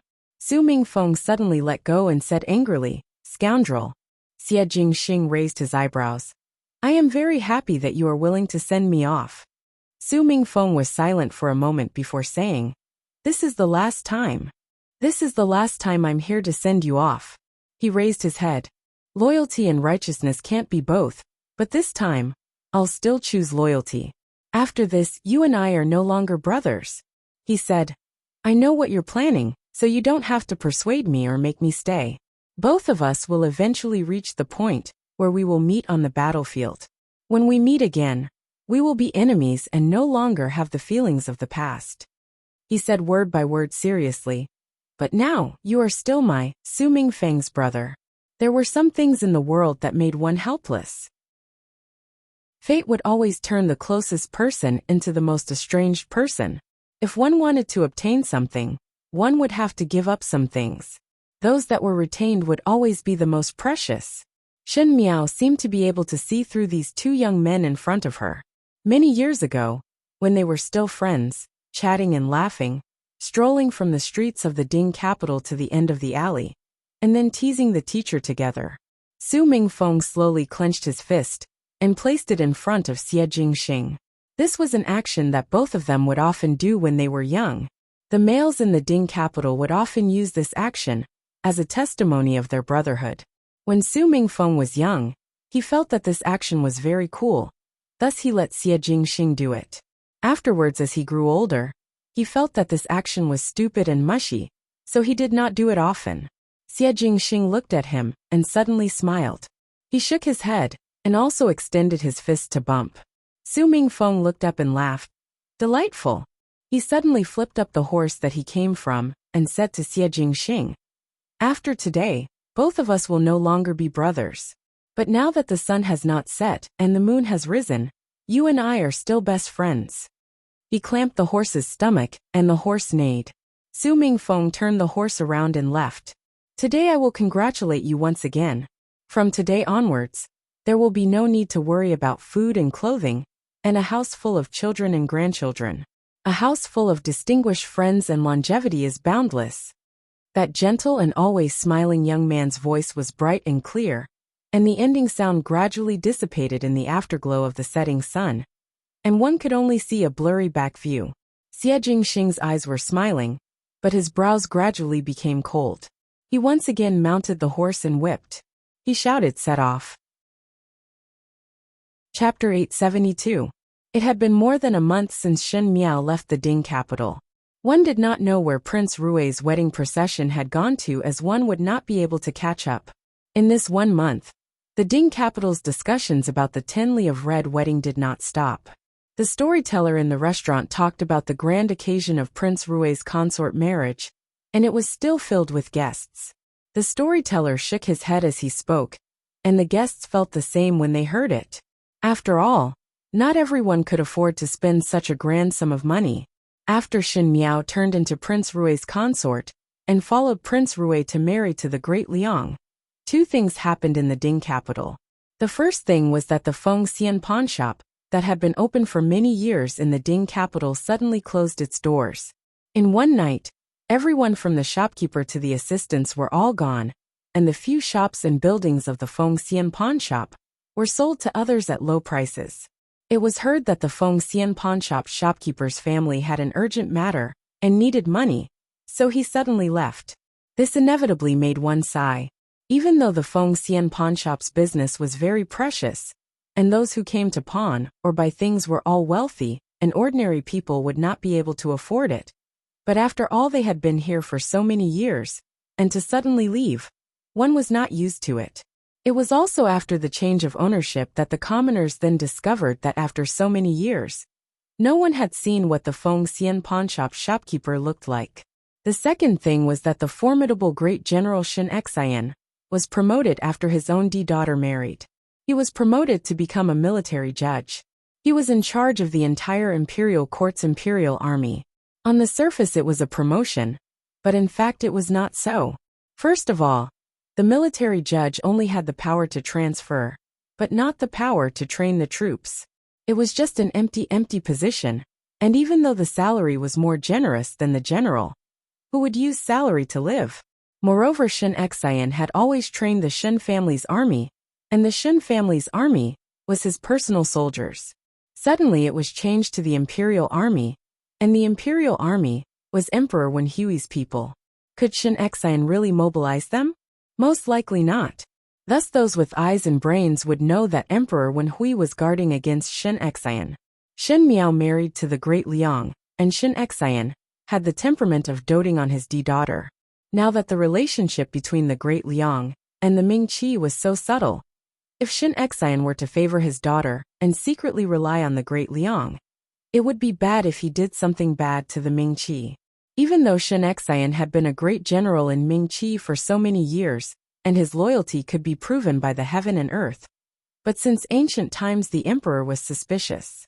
Who asked him to be a subject and others to be the monarch? He could only blame his bad luck. The people in court could see it clearly, but the common people felt injustice for Shen Xian. This imperial family was really too heartless. It was obviously a marriage bestowed by Emperor Wen Hui, but now because of this marriage, Shen Xian had to bear the responsibility for no reason, which really made one angry. Emperor Wen Hui did not care about these matters, as he was currently trying his best to please the Qing country's emperor. He did not know why, but the great Liang made him feel uneasy, as if it was a potential danger. At least he had to join hands with the Qing country, otherwise, he would not be able to have peace every day. The residence of Prince Ding was also not very happy recently. Fu Xiaoyi said with a gloomy expression, "It has been a month, and there is still no news of Pei Lang's whereabouts. Could it be that he can fly? If he is alive, I want to see him. If he is dead, I want to see his corpse. If he is still not found, then all of you do not need to come back." The spies below complied, and Fu Xiaoyi waved his hands in annoyance. Get lost. The few of them retreated in fear. He sat down on the chair and pressed his forehead with an unhappy expression. The people who rescued Pei Lang burned down his dungeon. Previously he did not feel it, but these days it was inconvenient for Fu Xiaoyi to do anything. There were many people in the dungeon who had other uses for him, but they were all burned cleanly by those people. One could imagine the anger in Fu Xiaoyi's heart. The thing that made him most angry was that there was no trace of Pei Lang's whereabouts at all. Fu Xiaoyi thought that he had good eyes and ears in the Ding capital, but to be unable to find a person's whereabouts, it could only mean that the other party's methods were better than his. It was not a happy matter to have such an opponent. Chapter 873. Fu Xiaoyi had always suspected that the person behind Pei Lang was from the Shen family, but after investigating, the Shen family's suspicions could be completely eliminated. If it was not the Shen family, then who could it be? Your Highness, there is no news of Pei Lang in or out of the Ding capital. Could it be that Pei Lang had already left the city? The advisor reminded Fu Xiuyi. Impossible. Fu Xiuyi said, I have people in the city's garrison, and there are portraits of all the people who leave the city these days. It is impossible for Pei Lang to pass through unscathed. The advisor frowned and didn't know what to say. However, there are people who don't need portraits. Fu Xiuyi suddenly spoke. On the day when Prince Rui married the imperial consort and left the city, no one stopped the guards of the residence of Prince Rui from leaving the city. The advisor's eyes lit up. Could it be that Pei Lang was mixed in with that group of Prince Rui's people and followed them out? Fu Xiuyi sneered. The residence of Prince Rui is heavily guarded. How can one sneak in? Moreover, Pei Lang and Prince Rui do not have any friendship. So how to mix? He suddenly stopped. Friendship? At this time, Fu Xiuyi suddenly remembered something. All along, he had seen Pei Lang as a member of the Shen family, and the person in charge of the Shen family was Shen Xian. However, he had neglected a point.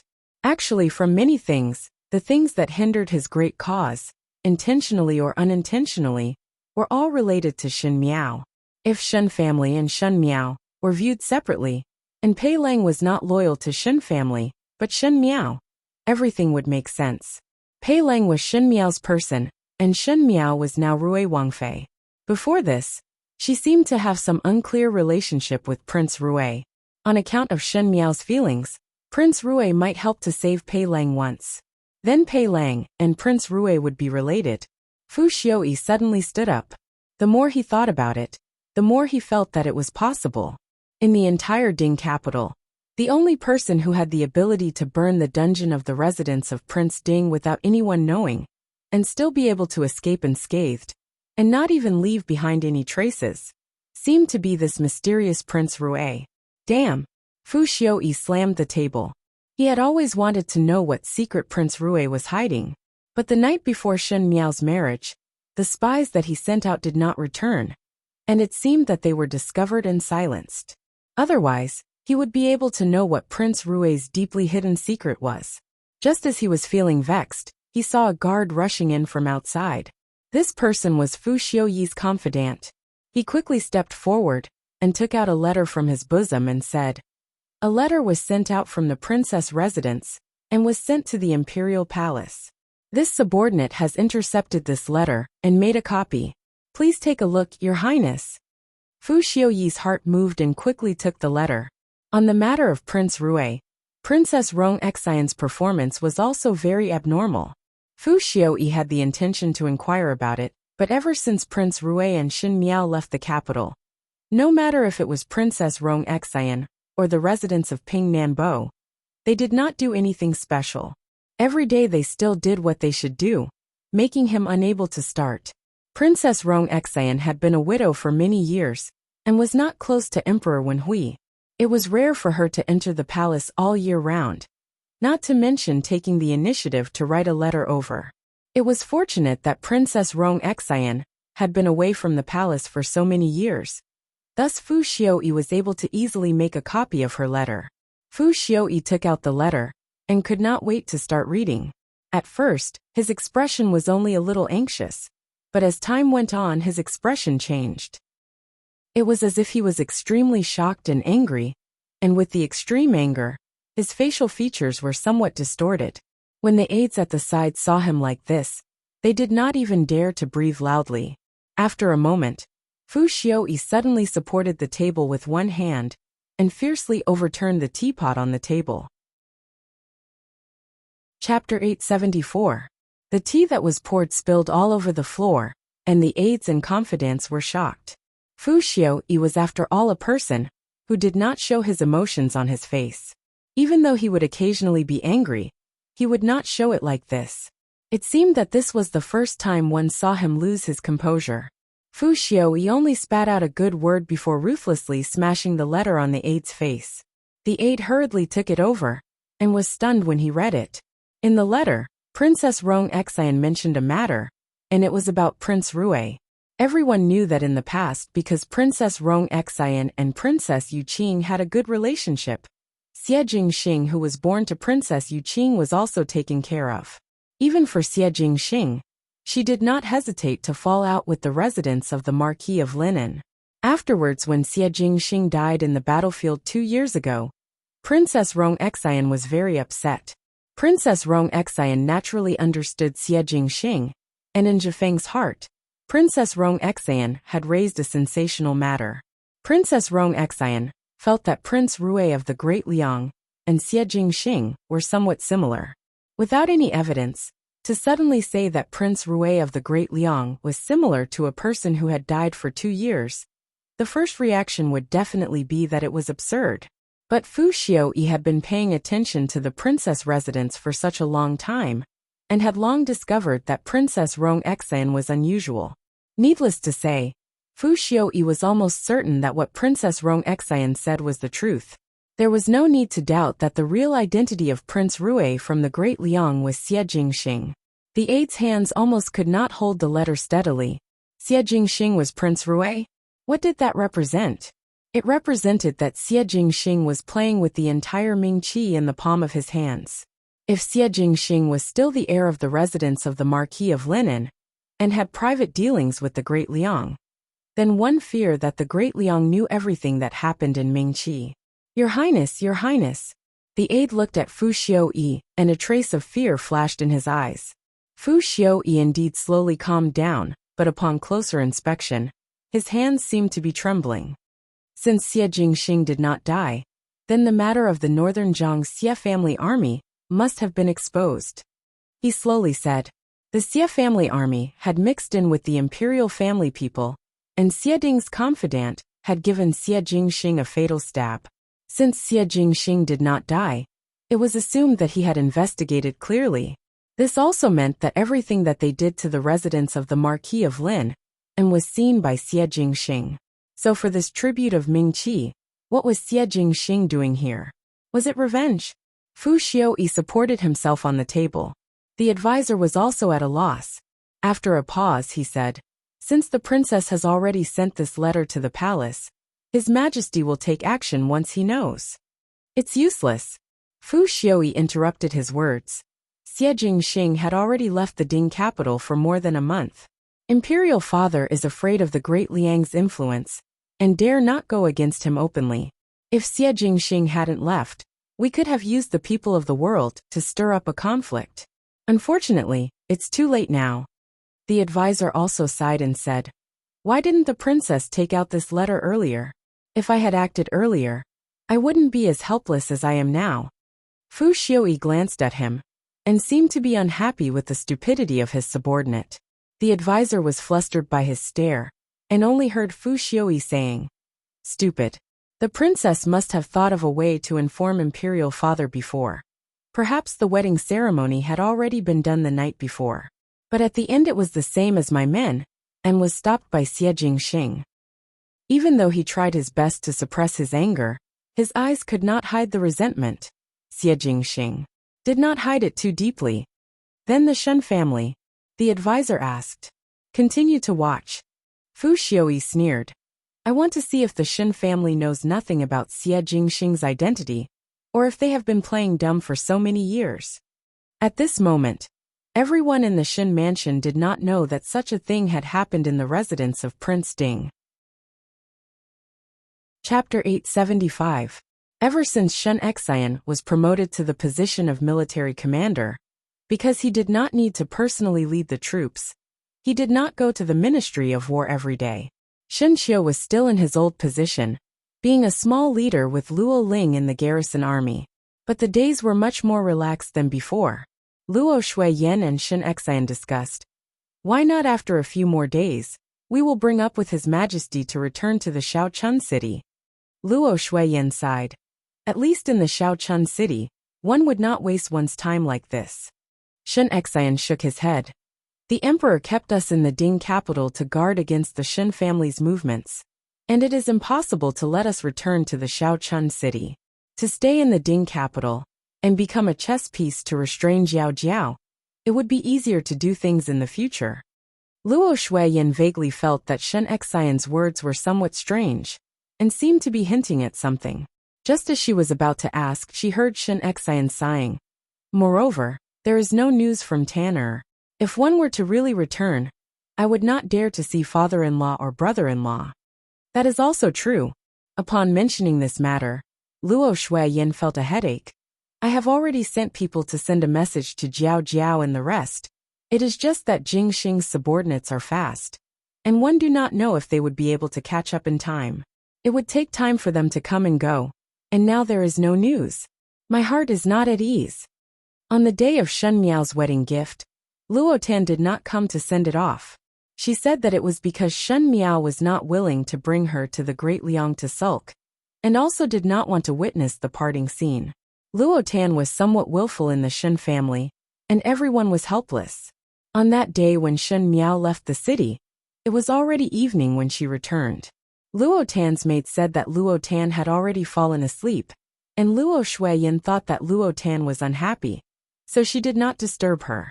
It was not that Luo Shuiyin did not care about her niece, but even though everyone knew that Luo Tan was bold, they did not expect that Luo Tan would be bold to this extent. In the beginning, Luo Tan quietly followed Shen Xian and the rest to the Ding capital. That was because they were all from the same family, and in any case, they were all in Mingqi. This time it was from Mingqi to the Great Liang, a completely foreign country, and the people accompanying were all Prince Rui's people.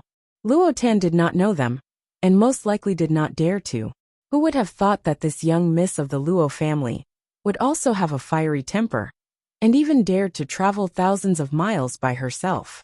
Until the afternoon of the second day, Luo Tan still refused to take a step out of the house with the excuse that she was not feeling well.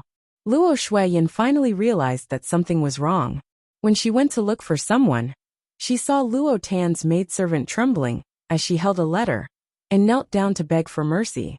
Well, riding alone for 1,000 miles, Luo Tan confidently left a letter and followed Biao Mei's footsteps to the Great Liang that was full of food and clothes, and crowded with people in the marketplace.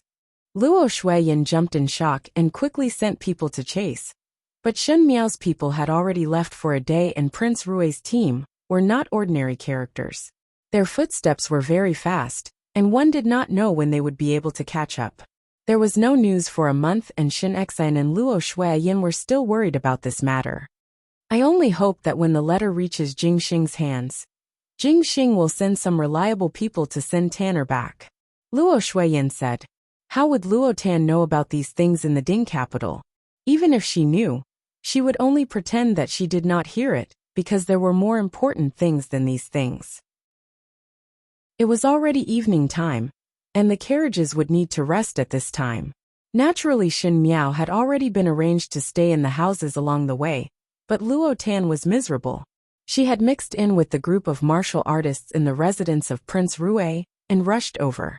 She had lived together with the Luo family since young, and did not have the arrogance of a female, and was even more presentable when she dressed up as a male. So no one discovered her identity for a moment. But every night was the time when she was in pain. The martial artists in the carriage were not like Shen Miao, a Wang Fei who could stay in her own room, but more than 10 men would sleep in a room together. A few of them would sleep on the bed, a few of them would sleep on the floor, and a few of them would even put the tables and stools together to sleep. Chapter 876. Luo Tan was not squeamish. Whether it was a bed, a table, a stool, or a mattress on the floor, she could endure all of it. The only thing she could not endure was sleeping with a dozen strange men. At night, there were sounds of snoring, sleep-talking, and all kinds of strange smells. From time to time, a man would put his leg on her body. It was really more uncomfortable than killing Luo Tan. If Luo Liantai and Madame Ma knew about this, they would probably break her legs. And what scared Luo Tan the most was bathing. No matter how rough she usually was, it was impossible for her to not bathe for more than 10 days like these men. Moreover, she could not tolerate jumping into a lake to bathe with all the men every time they saw it. There were a few times when she was almost pushed down together with the others. Luo Tan was so scared that she almost screamed out loud.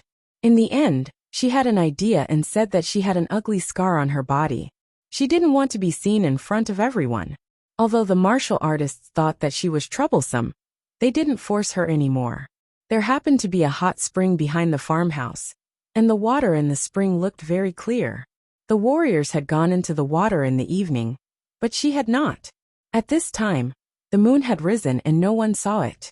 Luo Tan hugged her clothes and sneaked out. She walked a long way in the dark to the lakeside.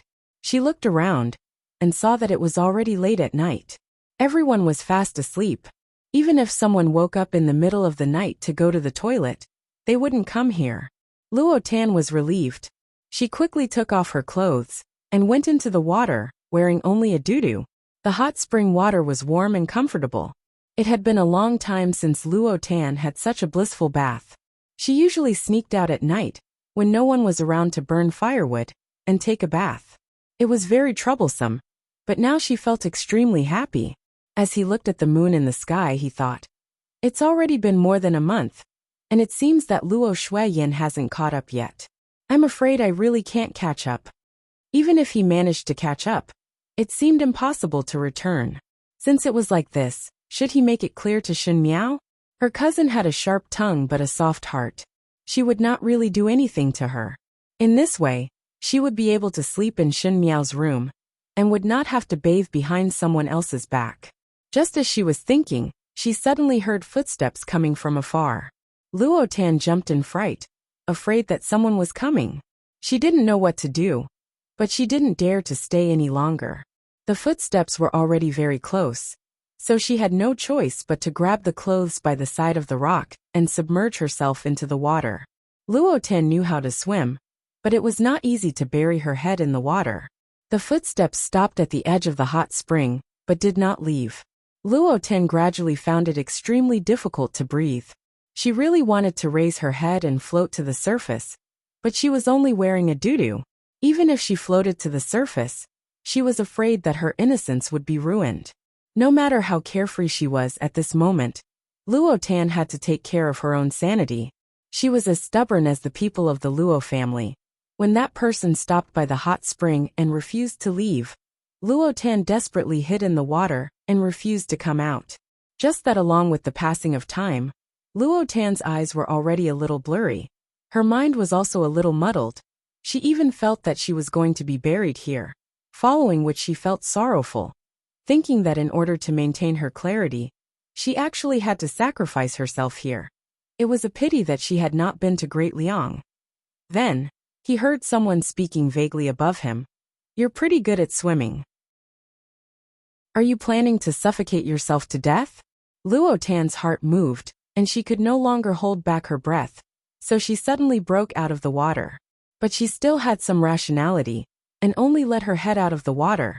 But her body was still hidden under the hot spring. Fortunately, the steam from the hot spring made one unable to see her body clearly, else Luo Tan would really die of shame. "TSK. That person said. One thought that you would be able to hold on longer." Chapter 877. Luo Tan glared at that person, but when she saw the other person's appearance, she was suddenly startled and blankly said, "Dr. Gao."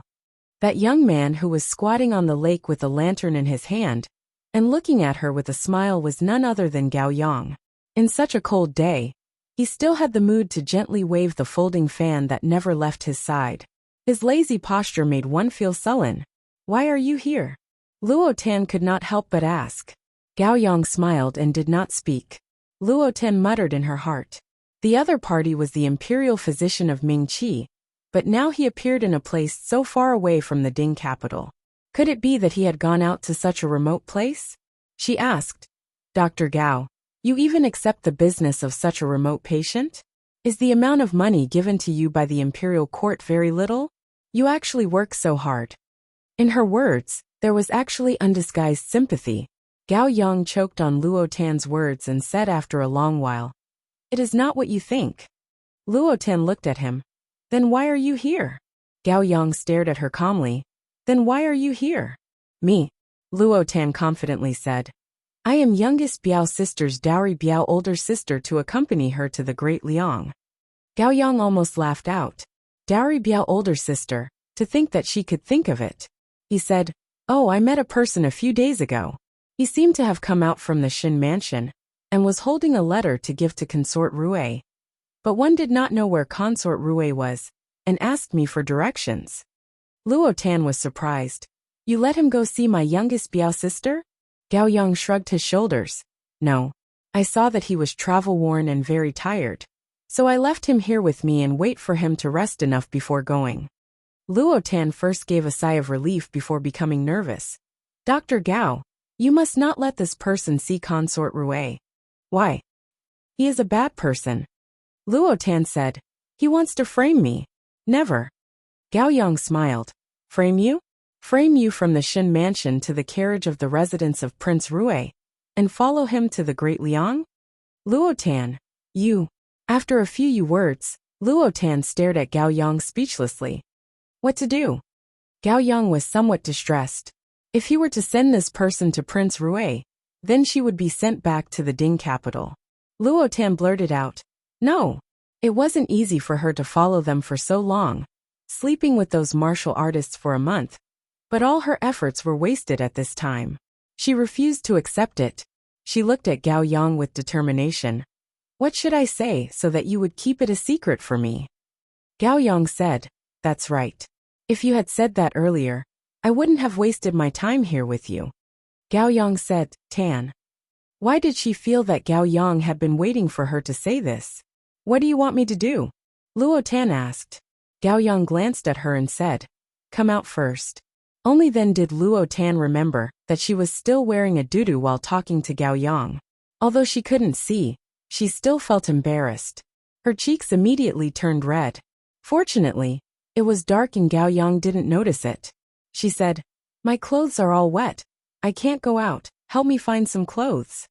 Just now, in order to hide from the people who came, she was afraid that her identity would be discovered. So she could only hug her clothes and dive into the water. Now that her clothes were wet, she couldn't go out in wet clothes. Gao Yang thought for a moment, then started to take off his clothes. Luo Tan was shocked. What are you trying to do? Gao Yang took off his clothes and handed them to her slowly. I'm just giving you clothes to wear. What are you thinking about? Turn around. Luo Tan felt that this Dr. Gao was especially annoying today. She was being played around by him. Gao Yang turned around and said, There's nothing worth seeing. Luo Tan didn't hear this. She just came out of the water and hid behind a rock. She quickly put on Gao Yang's clothes. Gao Yang's clothes were a little big for her, but she couldn't care less at the moment. After dressing, Luo Tan said to Gao Yang, You can turn around now. Only then did Gao Yang turn around with a smile. Tell me, what's your condition? Luo Tan asked. How have you been sleeping these past few days? Gao Yang asked a question. I slept with everyone. Luo Tan answered matter-of-factly. You will sleep in my room from now on. Why? Luo Tan was angry. Men and women should not touch each other. Are you a woman? Gao Yang laughed. Yes, you are not a man. Luo Tan immediately retorted. Gao Yang said faintly. The person who delivered the letter is still in my room. Sleep, sleep, sleep. Luo Tan quickly said. I'm going to sleep now. Gao Yang waved his fan and walked away. Luo Tan followed behind. Why did she feel that Gao Yang seemed to be a different person compared to the Dr. Gao who was easy to bully? It was as if he had revealed his true nature. Chapter 878. The journey was very long and after 3 months, they finally arrived at the land of Great Liang. Xie Jingxing's caravan moved very fast. If it was an ordinary person, one would need to walk for more than half a year. Shen Miao was able to reach the Great Liang so early because the capital of the Great Liang was in Longyi. In her previous and current lifetime, Shen Miao had never been to the Great Liang. In her impression, Great Liang was a very rich country, and she heard that Longyi was also very prosperous. When Fu Ming was studying, he once told her that if there was a day, he also wanted to go and see how prosperous Longyi was, and if Great Liang was as peaceful as described in the books. Now that time could not be turned back. Fu Ming and Wan Yu had already turned into dust, and she brought Fu Ming's wish to Longyi city of the Great Liang. These days, Shen Miao had already changed out of her wedding dress. Xie Jingxing had specially prepared clothes for her, and it seemed to be made according to the rank of the Great Liang's Qin Wangfei. Their caravan arrived at the entrance of Longyi, and when the guards at the entrance saw Xie Jingxing, They did not even look at the token before letting them through. Moreover, this group of carriages was majestic, and it attracted a lot of attention. When they walked on the streets of Longyi, the commoners shouted, "His Highness Prince Rui has returned with Princess Consort." Shen Miao's heart moved. Xie Jingxing was marrying a wife in Mingqi, but the commoners here seemed to know the ins and outs of the matter, and were not surprised at all. It seemed that long before this, Xie Jingxing had thought of ways to spread the news in the Great Liang. As for Xie Jingxing saying that Emperor Yonglu already knew about this matter, Shen Miao did not really believe it. Just as she was thinking, the curtain of the carriage was pulled open, and Xie Jingxing rode outside.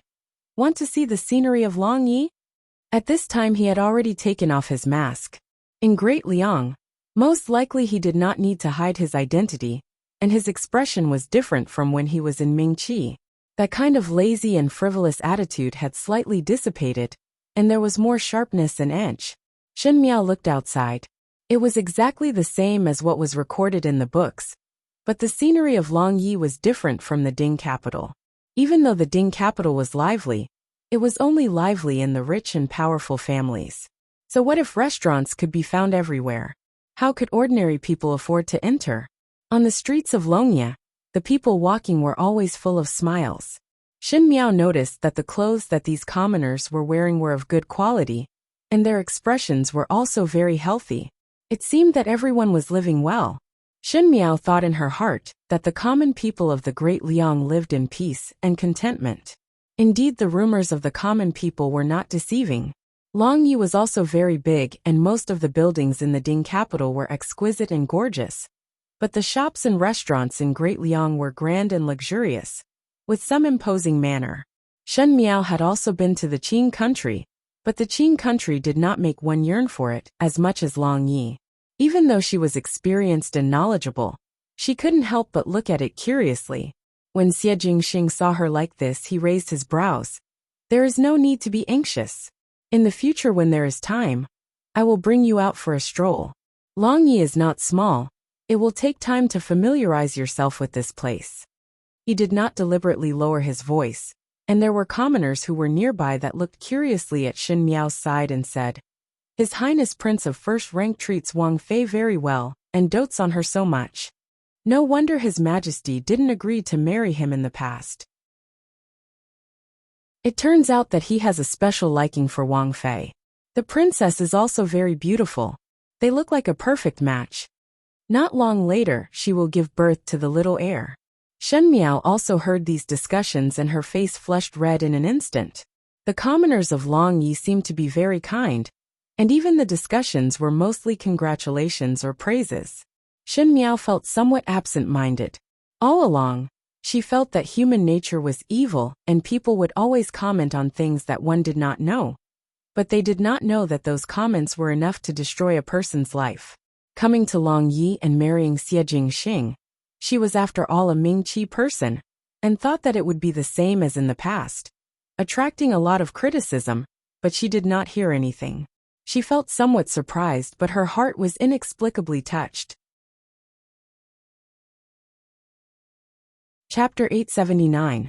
At the back of the procession, Ji Yishu said to Gao Yang, third older brother, also put in a lot of effort. In order to let the commoners of Longyi accept sister-in-law, he had long started to speak. Heroes have a weakness for the charms of a beauty. Gao Yang shook his fan and sighed. Then what to do? It is just that His Majesty must be very angry, and there are also those young ladies in the residence who have deep feelings for third older brother. One fear that sister-in-law will be entangled this time. What is there to be afraid of? Gao Yang said. Shen Miao is not an ordinary person. It is not certain who will be the one torturing who. Finishing, he said in disappointment. Now that one is returning to the original position, one instead missed the days in Mingqi. Who says otherwise? Ji Yishu also sighed and patted Gao Yang's shoulder, and said with the tone of a fellow sufferer, let's go. The Great Liang's palace occupied a wide area, and there were many buildings and side halls that were connected together. There were golden glazed tiles and bright red pillars. Most likely it was because the imperial family liked gold and red that the entire palace had a sense of majesty. The stone lion at the entrance was mighty and arrogant. On the dragon throne that was made of gold, a golden dragon was hovering, and the dragon's head was at the back of the chair with 2 red gems. The dragon's tail was entwined to the armrest, and the fine scales on the tip of the tail were carved vividly, as if in the next moment it would fly up to the 9 heavens from the dragon throne. At this moment, there was no one in the empty court hall, and there was only the man sitting on the dragon throne. He sat upright and dignified, but one did not know why. At this moment, when the sun was about to extinguish and the candles in the palace were not lit, when the light dimmed inch by inch, that dignified figure seemed especially lonely and lonely. There was a da-da-da sound of footsteps in the great hall. A female slowly walked over with a long tail, and wearing a 9 phoenix crown on her head. She had a gentle smile. As she walked towards the man sitting on the dragon throne, she said, "Your Majesty is sitting here alone again," and did not even inform this concubine. That man then raised his head, and seemed to see the person who came. "So it is the Empress." Empress Xianda smiled gently. "What matter is your Majesty troubled about? Jing Xing has returned today." Emperor Yonglu rubbed his forehead. "He also brought back that Mingqi female. I've told him countless times to cut off all contact with that woman. Not only did he not listen, he also intercepted my men, acted first and reported later, married that woman back to Great Liang, and brought her to Long Yi, and even made her the legal concubine. Does your Majesty not like Xin Miao?" Empress Xianda's voice was soft. "Those who are not of my race must have a different heart." Emperor Yonglu only said 8 words. 8 words, but also represented his meaning. Those who were not from the Great Liang would naturally not do things that were loyal to the Great Liang. His Majesty doesn't like Xin Miao, but Jing Xing does, Empress Xianda said. Otherwise one would not have traveled thousands of miles to marry Xin Miao back to Long Yi, would not have sent 99 sets of betrothal gifts, and would not have built a good reputation for Xin Miao among the common people. After a pause she then said, "And would not have disobeyed His Majesty."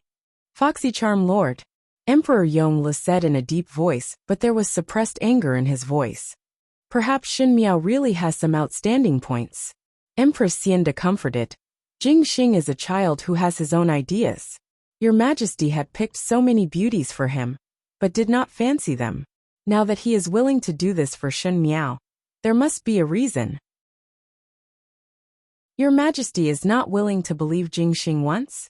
It is not that Zhen does not believe him, but Zhen does not believe Xin Miao," Emperor Yonglu said. "But your Majesty also have no other way, is it not so?" Emperor Yonglu looked at the other with some displeasure. "Is Empress trying to say that Zhen is incapable?" "Of course not." Empress Xianda smiled. "Your Majesty is ultimately unable to harden your heart against Jing Xing. That is why Jing Xing would be so unscrupulous and act first and report later. Naturally it was, because he knew that His Majesty would not really punish him out of anger." Chapter 880. What you said is right. After a long while, Emperor Yonglu replied, "But there is no more time. It does not matter who Jing Xing marries, as Zhen do not want to control him, but he cannot bring back variables. That woman's identity is too special, and if Jing Xing were to listen to her words, it might bring about changes to the situation in the future. Zhen will not allow such a thing to happen. There is no more time." Emperor Yongli's voice was deep. For the great cause of the country, Zhen can sacrifice anything, and there is nothing that cannot be ruthless. He said, "Let both of them make a trip to the palace tomorrow. Zhen want to see what kind of female can confuse his mind, and also remind him not to forget his own identity. Do not forget his own nature, just because he stayed in Mingqi for 2 years." Empress Xianda's brows slightly wrinkled. Zhen let him marry an imperial consort, and Zhen can also let him take a side consort. Finishing, he stood up and walked down the long stairs and out of the quiet main hall. Empress Xianda stood at the same spot, and her eyes seemed to be sad. After a moment, she sighed and followed out. There was only one prince of the Great Liang, and that was Emperor Yongli's biological brother, Prince Rui. This Prince Rui's identity was very mysterious, and it was said that he followed an expert to travel around at a young age. Thus from young till now, Almost no one had seen what this Prince Rui looked like. Even Deng Gonggong, who followed Emperor Yongle for the longest time, did not know anything about this Prince Rui. Until 2 years ago, there was news that Prince Rui had returned to Longyi, and at the altar, the commoners were able to see the true face of this Prince Rui. He was indeed distinguished and beautiful, elegant and magnificent. The hearts of the young ladies and daughters-in-law of Longyi were tied to this Prince Rui. But with the sudden appearance of Prince Rui, everyone initially had their suspicions and wondered if this person was an impostor. But after thinking about it, the imperial family was so strict that they would not make a mistake. Moreover, Prince Rui's appearance was very similar to the Empress Dowager, and there were some similarities with Emperor Yongle. The Great Liang's imperial Xie family were all beautiful, and this was an ironclad fact that there was no doubt. After this Prince Rui returned to Longyi, he resumed his prince status and went to court with the ministers. Some of the ministers objected, saying that this Prince Rui had not been involved in court affairs for so many years and knew nothing about the situation of Longyi and the Great Liang. How could he be allowed to participate in court matters? Wasn't that just messing around? Emperor Yongle was furious and punished a few of the officials who had caused a ruckus. However, most of the officials were against it, and Emperor Yongle could not punish them one by one. Later on, it was this Prince Rui who personally handled several difficult matters that the imperial court had been delaying. As a result, the voices of opposition gradually weakened. How could it be possible to say that he knew nothing about the affairs of the imperial court? It was obvious that he knew a lot. He hadn't been in Longyi for so many years and hadn't participated in it. But he had the ability. How could that prove anything? Was he really a genius? In short, in the eyes of the commoners of the Great Liang, Prince Rui was a youth with good looks, good temperament and good ability. The most important point was that he had a lot of money. For example, this Prince Rui's residence was as magnificent as the imperial palace. However, Emperor Yongle was a wise ruler and was very lenient towards his younger brother, so he did not blame Prince Rui for this. It was just that the commoners passing by would occasionally stare at the door of Prince Rui's residence and drool, thinking about which family's daughter would be so lucky to enter this residence to be a Wangfei. That would be even better than entering the palace to be a concubine. Who knew that after guessing, Prince Rui actually married a Mingqi's young lady as his wife. Chapter 881. When Shen Miao stepped into the main doors of the residence of Prince Rui, a group of guards dressed in official robes stood straight and greeted her. Respectfully welcome Wangfei. Xie Jingxing hugged Shen Miao's shoulders and called out to everyone as they walked in. Carry the things in. Is the bridal chamber ready? Replying to your highness, everything is ready. A 50-plus-year-old housekeeper ran out from the innermost. He had kind eyes and a simple and honest face. May Wangfei take a look? It has been hard on you, Xie Jingxing said. Not at all, not at all. The old housekeeper smiled. It is good that your highness is back. He then raised his eyes and looked curiously at Shen Miao. Shen Miao faintly felt that the status of this housekeeper was not low. Else Xie Jingxing, such a vile person would not speak in such a good tone. She raised her head to meet the other's gaze and gently smiled. The housekeeper seemed to be somewhat flattered, and his face turned red in an instant. Xie Jingxing pulled Shen Miao up in dissatisfaction and walked forward. Don't look anymore. When Shen Miao arrived at the bridal chamber that the housekeeper mentioned, she could not help but be tongue-tied. The bed was big enough for 7 or 8 people to sleep on. It was covered with a soft blanket, and the bedding was bright red. That was fine. After all, a bridal chamber was supposed to be festive. But what was the meaning of the spring scenery on the walls of the bridal chamber? There were also all sorts of lamps, incense that looked very intimate. Shen Miao said. It is better for me to find another place to sleep. What is the matter, foreign? The housekeeper asked. Is there anything in this room that you are not satisfied with? Please say, this old servant will let people change it. Xie Jingxing swept a glance at the old housekeeper. What kind of messy things are pasted on the walls? Tear it off. That will not do. The old housekeeper insisted. These are all very meaningful. After all this is the wedding ceremony of your highness and foreign. One heard that both of you have not entered the nuptial chamber, and it is the first time in the world, so there would always be some doubts. This old servant had searched for these for a long time. Shen Miao. The words of the servants of Prince Rui's residence were too direct. Even if she was not a shy young lady, she would still feel her face blushing when she heard these undisguised words. Xie Jingxing put down the dagger in his hand and stared at the old housekeeper with eyes that could kill. Many thanks, Uncle Tang. But I don't need to be taught. He gritted his teeth. I will.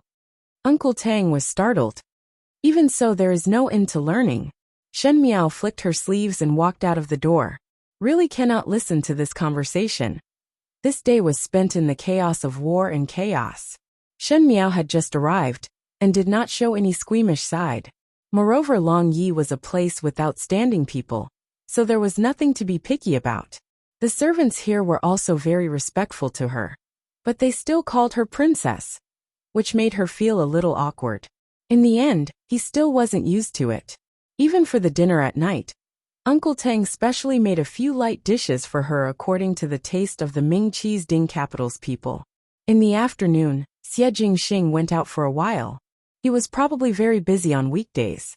After all, it was not like when he was in Mingqi. Xie Jingxing, who returned to the Great Liang, was a Prince Rui, who was busy with political affairs. After washing up, the sky had already darkened.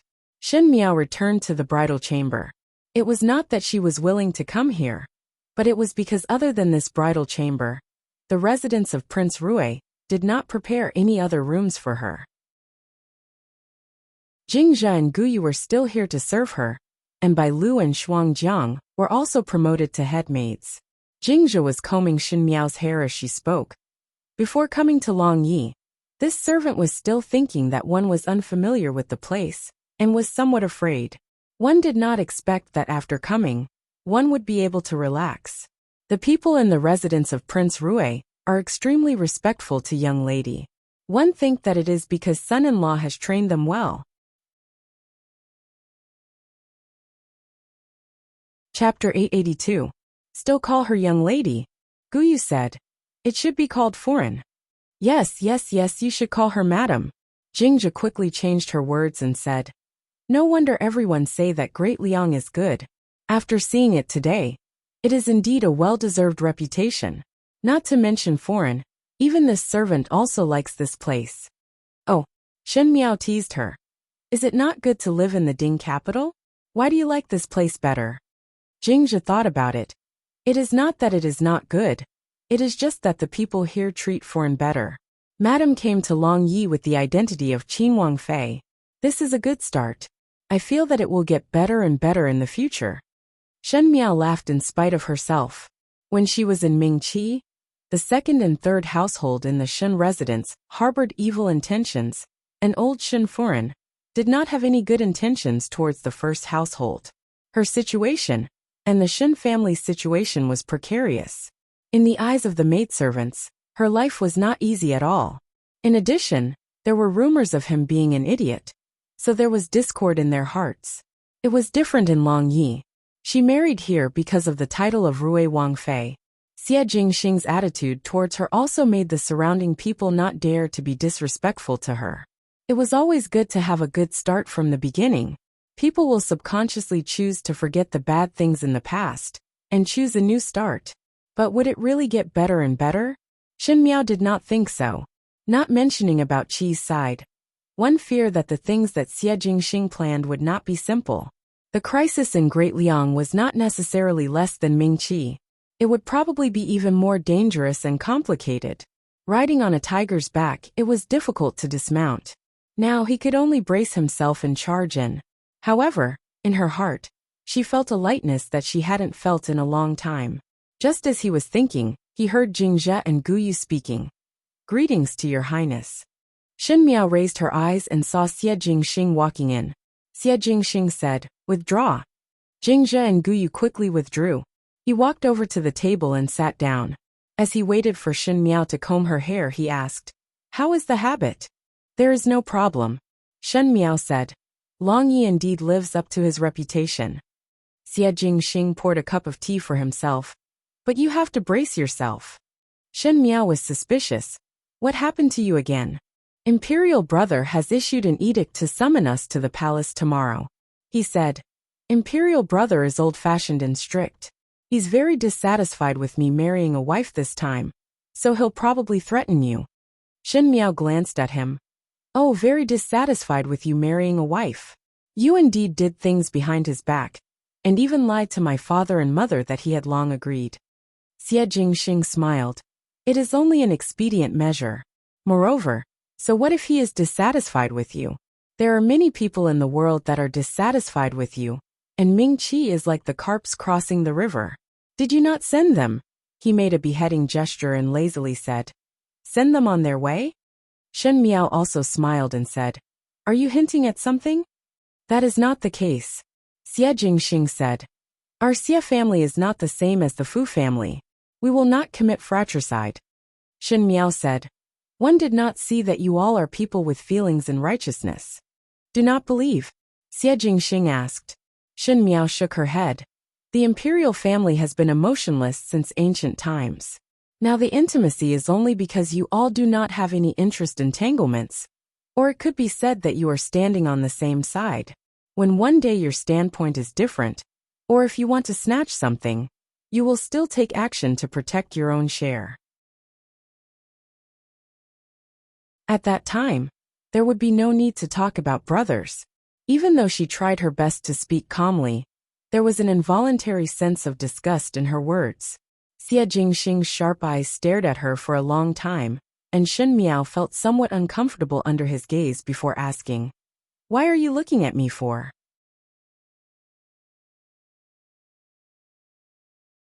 Chapter 883. He shook his head and sighed before smiling. You seem to not believe in the feelings between the imperial family. Shen Miao pursed her lips and did not say a word. One could not blame her for not believing.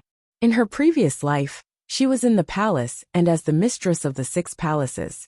She had seen many things that were unknown to others. In this world, a woman's life was bitter, mostly because of love. Even Mei Foran had fought with her for most of her life, but it was all because of a man's favor. But the men in the palace were different. She had seen princes who loved their concubines in every possible way, and the next day they would send their concubines to their advisors just to win them over.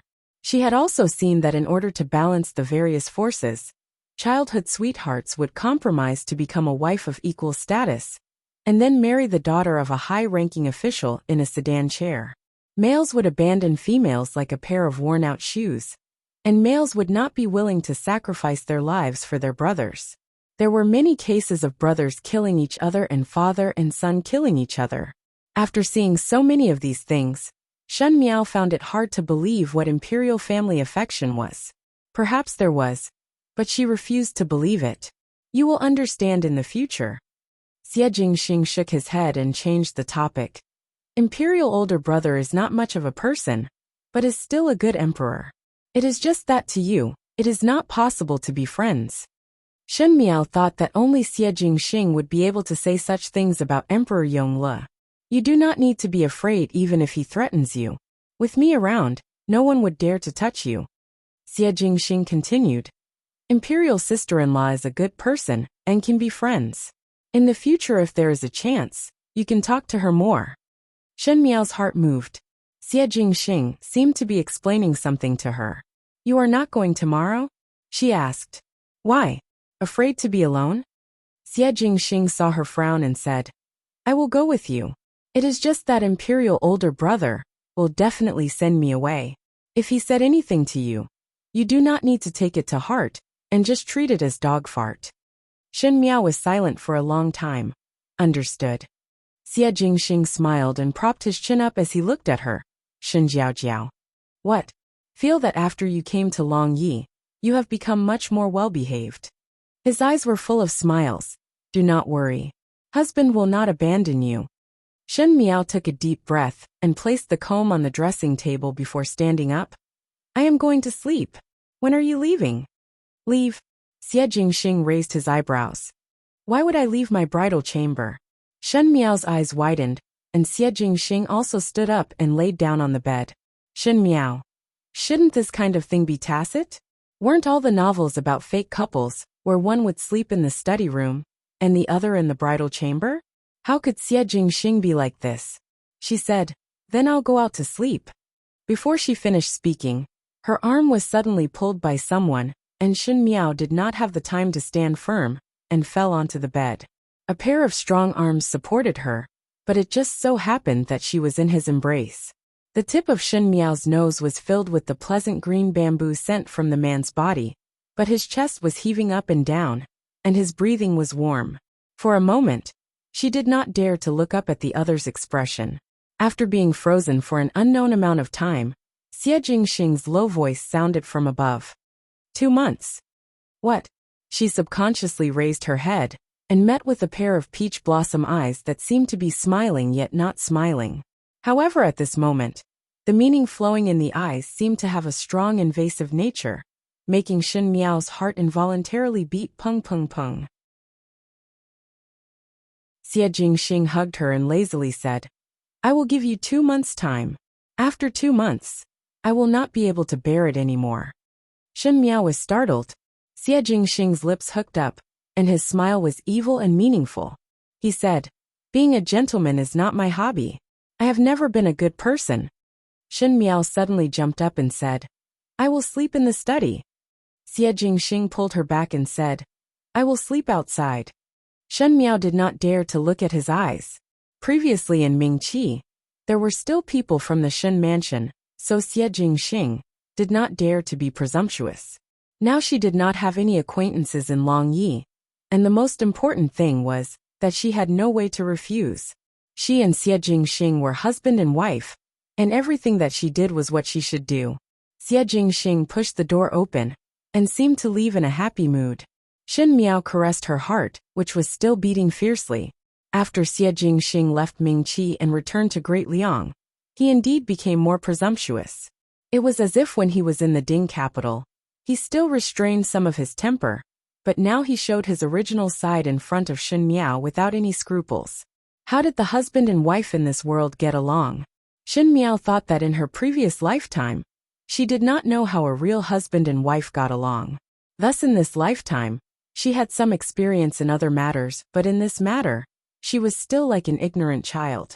After a long while, Shin Miao recovered to her senses, and simply covered her head with the quilt and fell down. When the car arrives at the mountain, there will be a road, and when the boat arrives at the bridgehead, it will naturally be straight. Other matters would have to rely on the road of the previous lifetime, but for this matter, in this lifetime, one would grope around and let nature take its course. Chapter 884. On the morning of the second day, Shen Miao followed Xie Jingxing to the palace to see Emperor Yongle.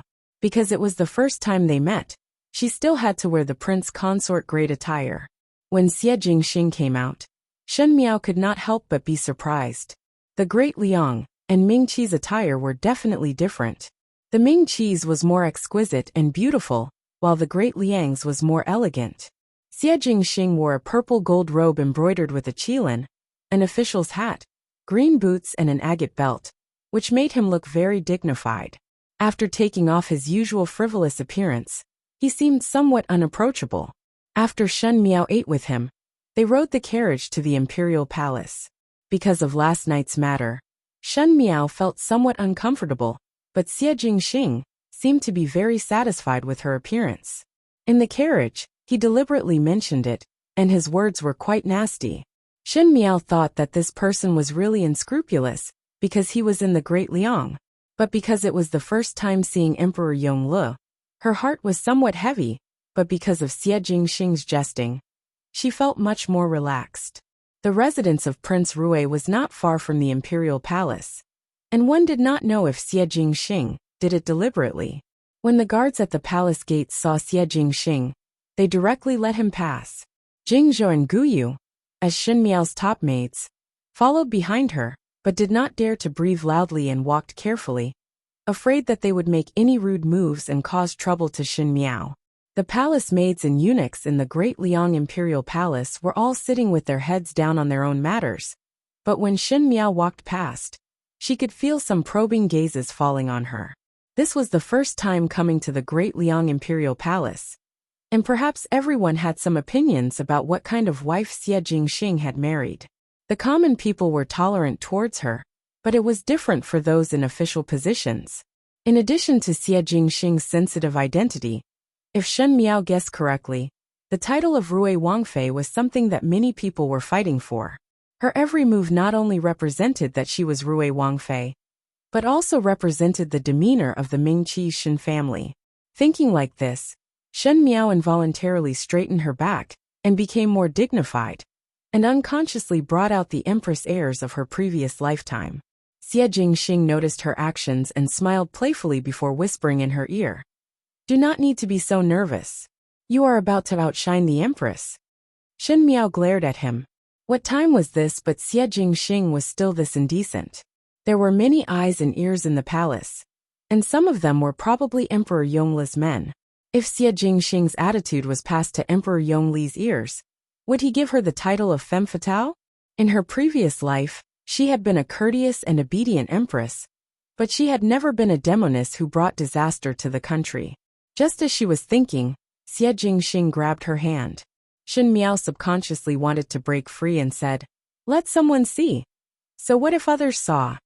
Xie Jingxing was displeased. Ben Wang and Wang Fei need other people's permission to hold hands? Shen Miao still wanted to say something, but saw that she had already followed Xie Jingsu to a side hall, and there was a fat eunuch standing outside the door. When he saw both of them, he said, "Your Highness, the Prince of first rank is well. His Majesty and her Ladyship have been waiting for a long time." One did not know if it was intentional or unintentional, but he did not greet Shen Miao. "Deng Gonggong, this is this prince's beloved wife." Xie Jingxing did not want to let it go and pushed Shen Miao to the front. "Why are you not greeting?" Shen Miao rolled her eyes at Xie Jingxing in her heart. This Deng Gonggong was obviously under his master's orders to treat her like this. Who was this master? Other than Emperor Yongle, who else could it be? Since it was Emperor Yongli's view, not only did Xie Jingxing not go along with it, he even deliberately dug it out. Were they here to quarrel today? Deng Gonggong's smile did not change, and immediately spoke according to the person. He looked at Shen Miao and said, "So it is Princess Consort. This servant has eyes but cannot see. Beg Princess Consort for forgiveness."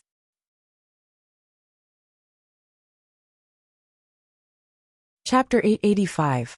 Shen Miao was different from Xie Jingxing. She smiled gently. "It is all right." Xie Jingxing glanced at eunuch Deng and said, "All right. Imperial older brother is so dissatisfied with me. Why do you still want me to come?" He then smiled. "If it was not for Wang Fei persuading me today, who would want to come and see him?" Eunuch Deng and Shen Miao. Shen Miao pulled his sleeve. Xie Jingxing said, "What are you afraid of? You are the mistress of my residence of Prince Rui, and do not need to be afraid of others. Do not be afraid. Husband will help you if anyone bullies you."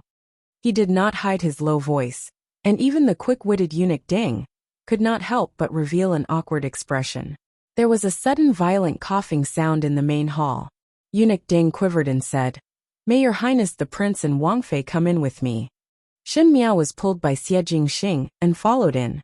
She kept her head down all the way and did not raise her head. This was the etiquette for meeting the emperor for the first time. Shen Miao knew that Emperor Yongle did not like her very much. Thus she was not willing to make any mistakes in these details, and did it flawlessly. One could only see the smooth marble of the main hall carved with cloud patterns, and the soft woolen blanket on top. This younger official brother greets imperial older brother. Xie Jingxing said lazily, and even made a fake bow. Xie Jingxing was so presumptuous, but Shen Miao could not. She did not kneel down and bowed. "This official wife greets your majesty." "You are Shen Miao?" After a long while, a dignified and deep voice sounded. "Raise your head." Shen Miao raised her head. The man sitting on the high seat was not very old, and looked to be in his 30s. He had sword-like brows, starry eyes, a high nose and thin lips. He looked 70 to 80% similar to Xie Jingxing. But Xie Jingxing's facial features were soft, but his expression was sharp. His beauty and heroic spirit blended extremely well. As for the middle-aged man in front of her, He did not have that soft temperament due to his high position all year round. Compared to Xie Jingxing's naughtiness, he was more upright and outspoken. His eyes were deep and cold when he looked at people, as if he could see through the bottom of one's heart. Although the two brothers looked similar, and were both elegant and noble, their temperaments were poles apart. Xie Jingxing looked at the young master, who was like a playboy, and treated everything with a frivolous laziness. However, this person was extremely harsh on himself and others, and was always astute and steady. Shen Miao was surprised in her heart, as she did not expect that the wise ruler Emperor Yonglu was actually so young, and had such a dignified appearance. He was completely different from the half-old man with a head full of white hair she had imagined. When she was sizing up Emperor Yonglu was also sizing her up. Emperor Yonglu's gaze became even sharper, bringing with it an oppressive pressure. His face was cold as if he would explode in anger at any moment. If it was an ordinary girl being sized up by him like this, she would probably be scared to tears. But Shen Miao was different from ordinary young ladies. Previously, when she was facing Fu Xiuyi's cold face towards her was much more than this. Seeing that she was still calm, a sharp glint flashed across Emperor Yongli's eyes. In the hall, Xie Jingxing's lazy voice was heard. Has Imperial Brother seen enough? If I look any longer, I will feel uncomfortable. Shen Miao paused for a moment, and could not hide the surprise in her heart. She had been guessing what was the relationship between Xie Jingxing and Emperor Yonglu. She also faintly sensed that these two brothers should be more sincere than the imperial brothers of Mingqi, but she did not expect that Xie Jingxing dared to speak to Emperor Yonglu like that. Moreover, Emperor Yonglu was not angry at all. In the imperial family, there were many rules, and in addition to the subtle position they held, it was impossible to have brotherly feelings like the commoners. It was already a luxury for brothers to not harm each other and be friendly. Moreover, Xie Jingxing had been in Mingqi for so many years, but now he and Emperor Yonglu were like ordinary brothers that lived together since young.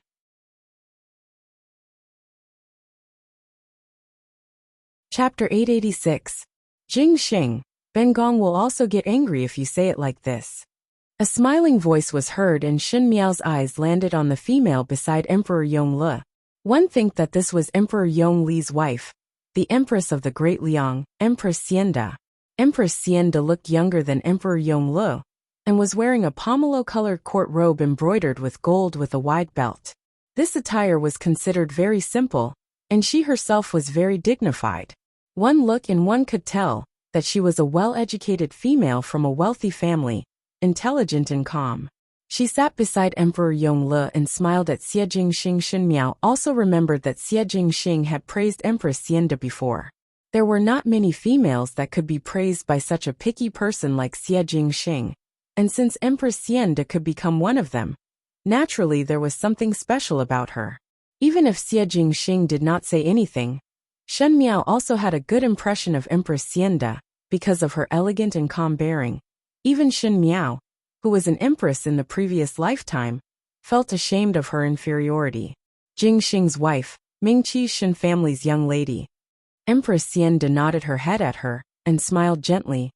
Bengong had always been curious what kind of young lady could make Jingxing change his heart. Now that one see it, one understand that Jingxing's eyesight is not bad. Shen Miao repeatedly said that she did not dare. Empress Xianda's praises made Emperor Yonglu dissatisfied.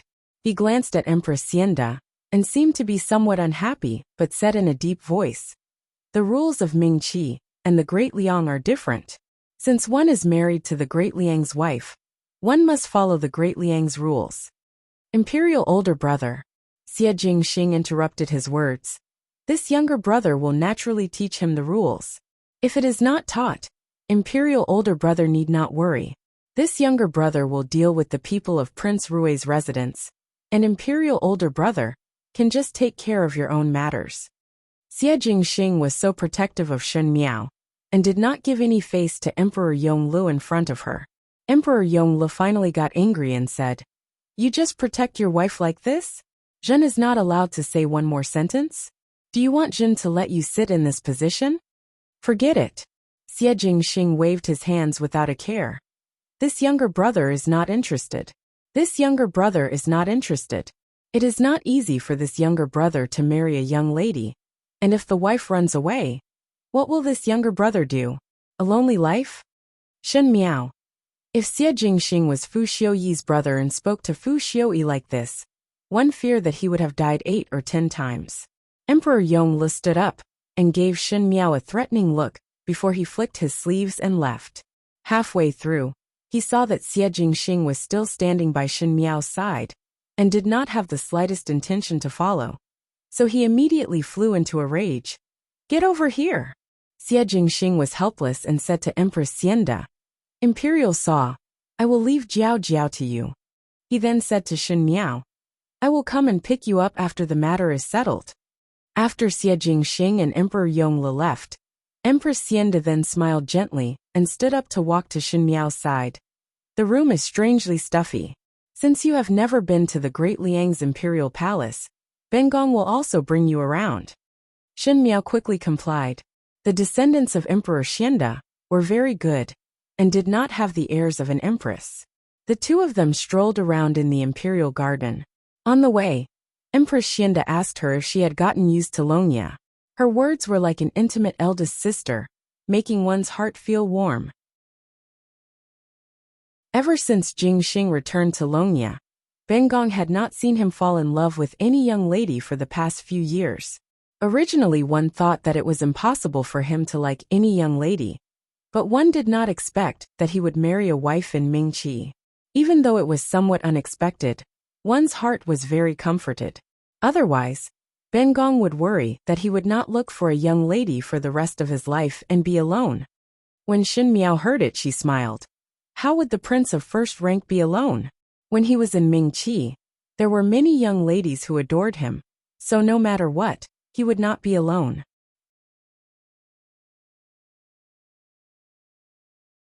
Chapter 887.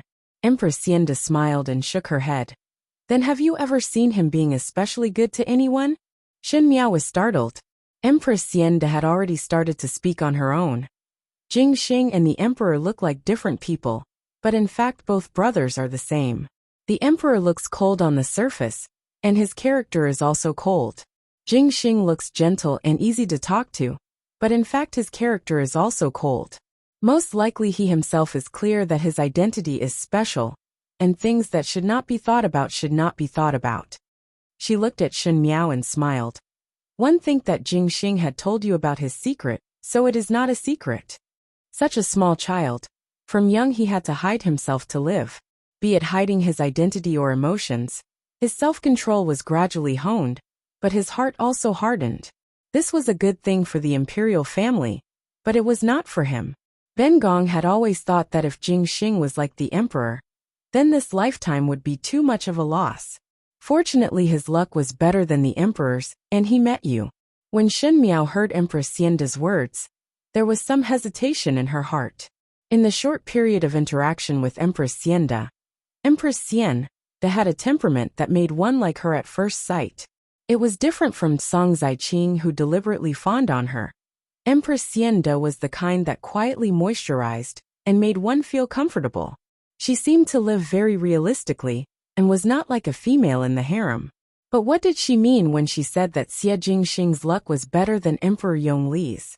This was too difficult to answer, so Shen Miao could only quietly listen and not speak.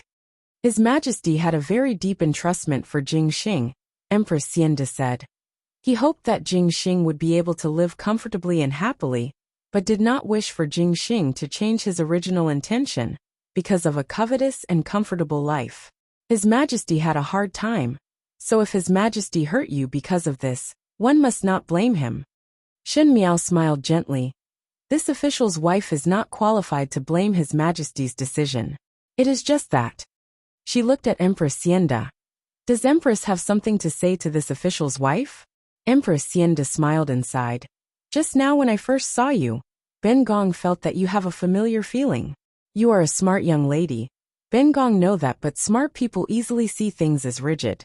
If one does not untie it, the knot in one's heart would never be untied. Shen Miao slightly frowned. She faintly felt that Empress Xianda's words had a hidden meaning. His Majesty thinks highly of Jing Xing. Although His Majesty has agreed to Jing Xing's marriage, he is still unhappy.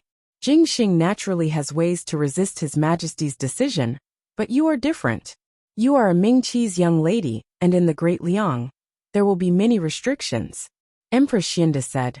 Bengong likes you very much, but Bengong is also His Majesty's wife. Bengong cannot change His Majesty's decision.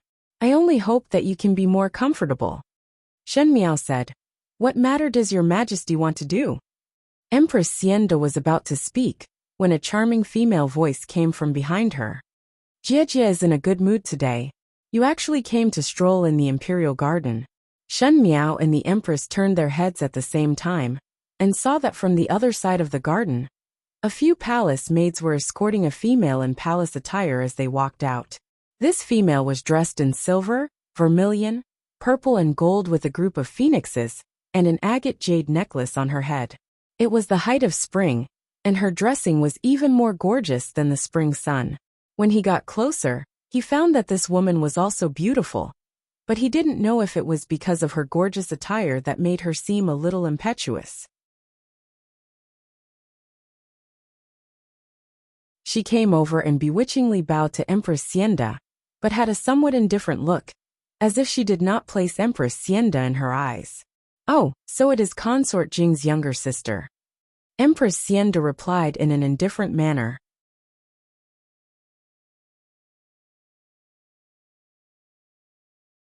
Chapter 888. Shen Miao pondered. This imperial concubine Jing looked to be in her early 20s, but she could be called a concubine. Either her family was very prominent, or she was very favored. But Shen Miao felt that compared to Empress Xianda, other than being younger and more beautiful, this imperial concubine Jing's temperament was much less than Empress Xianda's. She really couldn't see how she was worthy of Emperor Yongla's favor. That imperial concubine Jing seemed to have just noticed Shen Miao and asked, "This one is very unfamiliar. Which Fu's foreign is she?" Shen Miao was now dressed as a married woman and combed her hair. Because of this, even though her face was tender, no one would think that she was an unmarried young miss of an official's family. This is Prince Rui's foreign Rui Qinhuang Fei. Empress Xianda didn't seem to want to introduce Shen Miao to imperial concubine Jing, and said simply. When she said this, imperial concubine Jing's expression changed.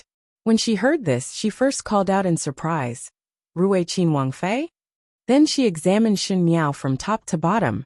Unlike Emperor Yongla's sharp examination, not to mention Empress Xianda's kind observation, this one's gaze was very rude, as though she was examining something. After she finished looking, she snorted and said in a neutral tone, "Originally, I thought that you were a great beauty that would make Rui Qinhuang travel thousands of miles to marry you back to Daliang. Now," she smiled harshly, "it's probably my eyes that are not good. I really can't see anything special." Shen Miao didn't know what relationship she had with this one, so she was cautious and didn't speak. Empress Xianda's expression became cold. She said, "There are very few people that imperial concubine Jing can see as special." Shen Miao was surprised that Empress Xianda would get angry at imperial concubine Jing for her. She also felt that this Empress Xianda was similar to Emperor Yongla. But Empress Xianda's mocking words didn't have any effect. She didn't know if imperial concubine Jing understood. Imperial concubine Jing looked at Shen Miao, and suddenly smiled, saying, "It seems that Jie has a good relationship with Rui Qinhuang Fei, and came to visit the garden together. I wonder if Jie is whispering something to Rui Qinhuang Fei? You should say something. Rui Qinhuang Fei has just arrived and doesn't know many things." Shen Miao looked at concubine Jing. Concubine Jing chuckled and said, "That makes sense. Lord Rui is so busy every day. How could he have time to talk about the Great Liang with Consort Rui? Speaking of which, a few days ago, my fourth sister asked when His Highness Lord Rui would come back. She said that she had learned a piece of music, and wanted His Highness Lord Rui to give her some pointers." Xianda Empress said angrily, "Jing Fei." Realization dawned on Shen Miao. She was wondering why concubine Jing would target her for no reason. So that was the reason. Thinking of how Xie Jingxing was liked by the ladies in Mingqi, in Daliang, With the identity of the Rui king, there would be endless girls. Now that she had just arrived, she was already hated by others. Concubine Jing looked at Shen Miao with a smile and said, "If Consort Rui has nothing to do, you can invite my fourth sister to the manor. My fourth sister likes to make friends. If Consort Rui has nothing to do, it's good to have more sisters." Multiple sisters? Shen Miao sneered in her heart. It was more like having more sisters in the inner courtyard. She originally wanted to deal with it lightly, but when her eyes landed on the white jade thumb ring that Xie Jingxing put on for her, Shen Miao suddenly changed her mind. She smiled and said, "I'm afraid that won't do." Concubine Jing was stunned and Xian the Empress was also stunned. She didn't think that Shen Miao would say that. His Highness has handed over everything in the Rui King's manor to me to manage, from the large silver to the small business, the servants and guards. I'm so busy that I'm afraid there won't be time to entertain guests. Shen Miao smiled gently and seemed to be slightly apologetic. This subject's wife is a newcomer, and His Highness trusts this subject's wife. This subject's wife doesn't dare to disappoint. If fourth mislikes, you can go and find His Highness. This subject's wife doesn't have the time.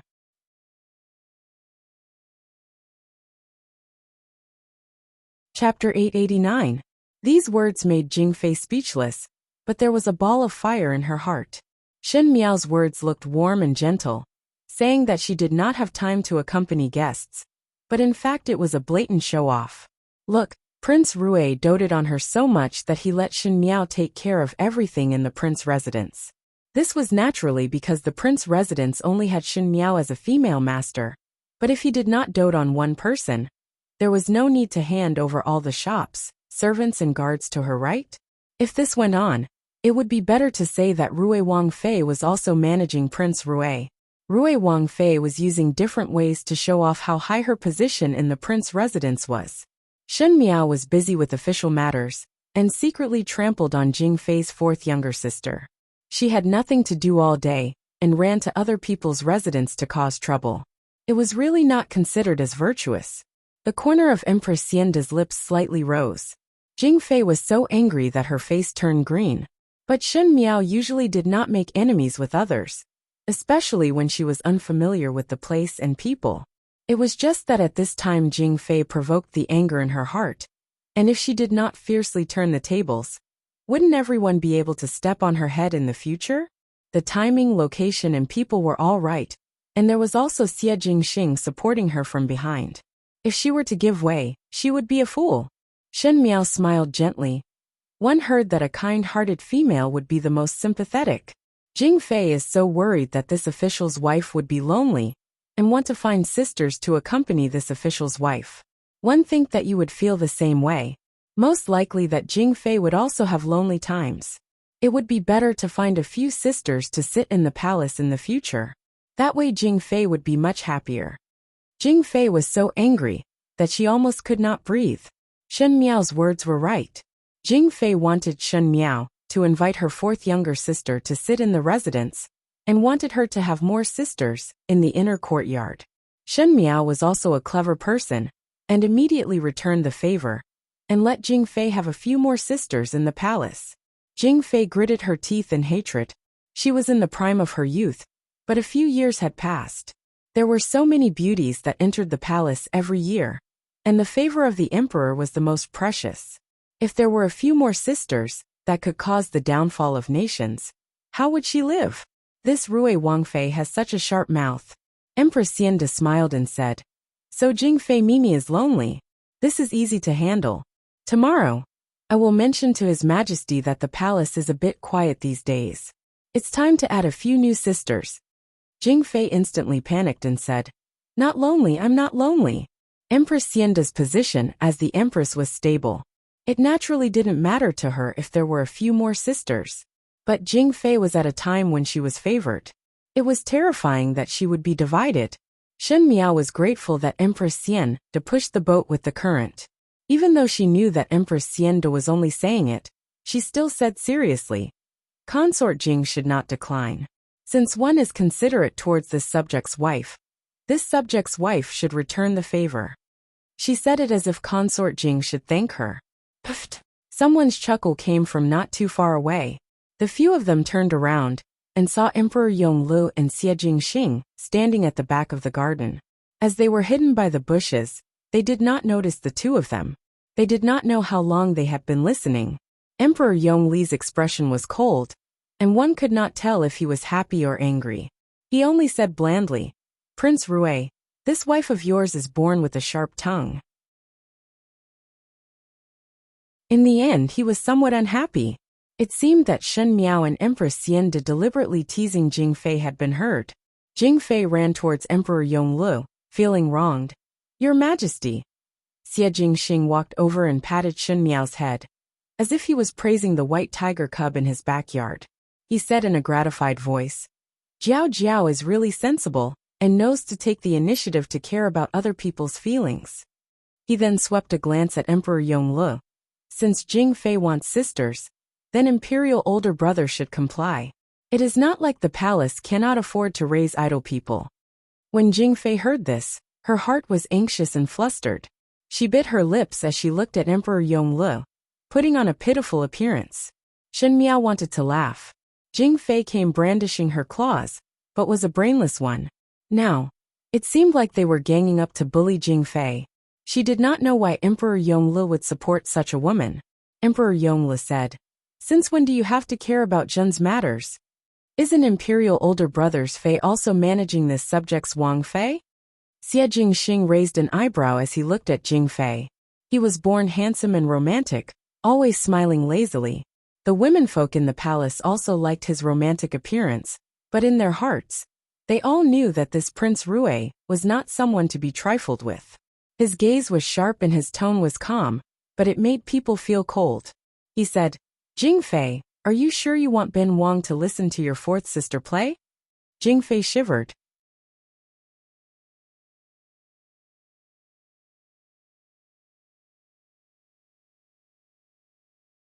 Chapter 890. This consort Jing was used to being tyrannical in the palace, and even though she was arrogant and brainless, no one dared to touch her. Even Empress Xian was too lazy to bother with her. Today she did not expect that she would stumble at Shen Miao's hands. Or rather, she stumbled at Prince Rui's hands. No matter how eloquent Shen Miao was, Consort Jing had the ability to punish her, even if it was just to find a crime. But Prince Rui was not someone that she could afford to offend. When Prince Rui just came to Longyi, the officials in the court were all against it, and tried to trip him up. Everyone looked at his mischievous and lazy appearance, and thought that he was just a devil incarnate. Who knew that in just 2 years, the officials could not wait to avoid him, like a mouse seeing a cat, and did not dare to provoke him. Consort Jing's father also warned her not to be enemies with Prince Rui. No matter how arrogant Consort Jing was, she would not dare to go against Prince Rui. Even Emperor Yonglu could not do anything to Prince Rui, much less her and consort. She forced a smile. "Your Highness Prince Rui is very busy, and would not have the time to listen to fourth younger sisters playing." She then looked towards Emperor Yonglu with a pleading gaze. "This consort will teach fourth younger sister in the future. Your Highness Prince Rui must not mind." "This prince does not have the time to mind." Xie Jingxing smiled and held Shen Miao's shoulders. Consort also does not have the free time. If Consort Jing is free, it is better to think of sharing imperial older brother's worries. Consort Jing bit her lips and looked awkwardly at Emperor Yonglu. Emperor Yongli's expression sank. No matter what, Xie Jingxing had repeatedly humiliated his consort, which made him unhappy. Perhaps he did not mind in the past, but now he did not wish for Xie Jingxing to stand up for Shen Miao. How could he spoil her like this? He coldly asked Shen Miao, "Consort Rui, this is also your intention?" Shen Miao meekly bowed her head. "The wife follows the husband." Empress Xian looked at Shen Miao with some surprise, as if she did not expect that Shen Miao would be so unyielding when blocking Emperor Yonglu. She suddenly thought of something, and shook her head with a smile. When Emperor Yonglu heard this, he silently stared at Shen Miao for a long time. His gaze could be said to be somewhat fierce. Just that Shen Miao lowered her head, not knowing if she was acting dumb or did not see it. She always looked down gently, ignoring such a gaze. Xie Jingxing directly pulled Shen Miao up and said, "If Imperial older brother does not have anything else to instruct, this younger brother will leave first." He said, "Being newly married, both of us husband and wife have many things to do." "Shen Miao," Monarch Yongle said, "remember my words," Xie Jingxing said with a smile that was not a smile. "Oh." It was just that the word "oh" didn't seem to mean that he took Emperor Yongli's words to heart. After Shen Miao and Xie Jingxing left, Emperor Yongle seemed to be very unhappy. With a wave of his sleeve, he didn't even bother with Empress Xianda and Jing Fei as he left. Empress Xianda and Jing Fei knew that Emperor Yongle was angry and didn't follow. Jing Fei looked at Empress Xianda and said, "Older sister and consort Rue's relationship is rather good. Just now you kept on speaking for her. If one did not know, one would think that both of you already know each other. Consort Rue is knowledgeable and sensible, intelligent and virtuous. Naturally one is likable." Empress Xianda said with a smile, "But older sister must not forget that she is a Ming Qi's person." Jing Fei said fiercely, "Who knows what Ming Qi's people are planning to come to the Great Liang? Older sister must help her, and not drag yourself into the water in the future. When His Majesty blames, even older sister will be blamed." Since one married to the Great Liang, one is a Great Liang person. Could it be that Jing Fei also suspect the residence of Prince Rue? Consort Rue and Prince Rue are husband and wife and are one body. In terms of tongues, how could Jing Fei be Empress Xianda's opponent?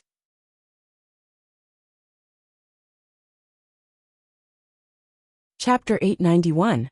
Jing Fei sneered. "Older sister still knows how to speak. It seems that you also trust Consort Rue so much. It seems that you will definitely stand on Consort Rue's side." Empress Xianda declined to comment. "But what to do?" Jing Fei suddenly smiled. "Older sister can help her for a while but cannot help her for a lifetime. There will not only be one female in the residence of Prince Rue. Even if my fourth younger sister does not have a chance, there will always be someone who has a chance." Looking at Empress Xianda's face, Jing Fei said, "His Majesty can see that he does not like that Consort Rue." Empress Xianda said, "The matters of the residence of Prince Rue is not something that you and I can intervene in. Prince Rue has his own plans. Younger sister also does not dare to volunteer." Jing Fei smiled. "One just want to advise older sister.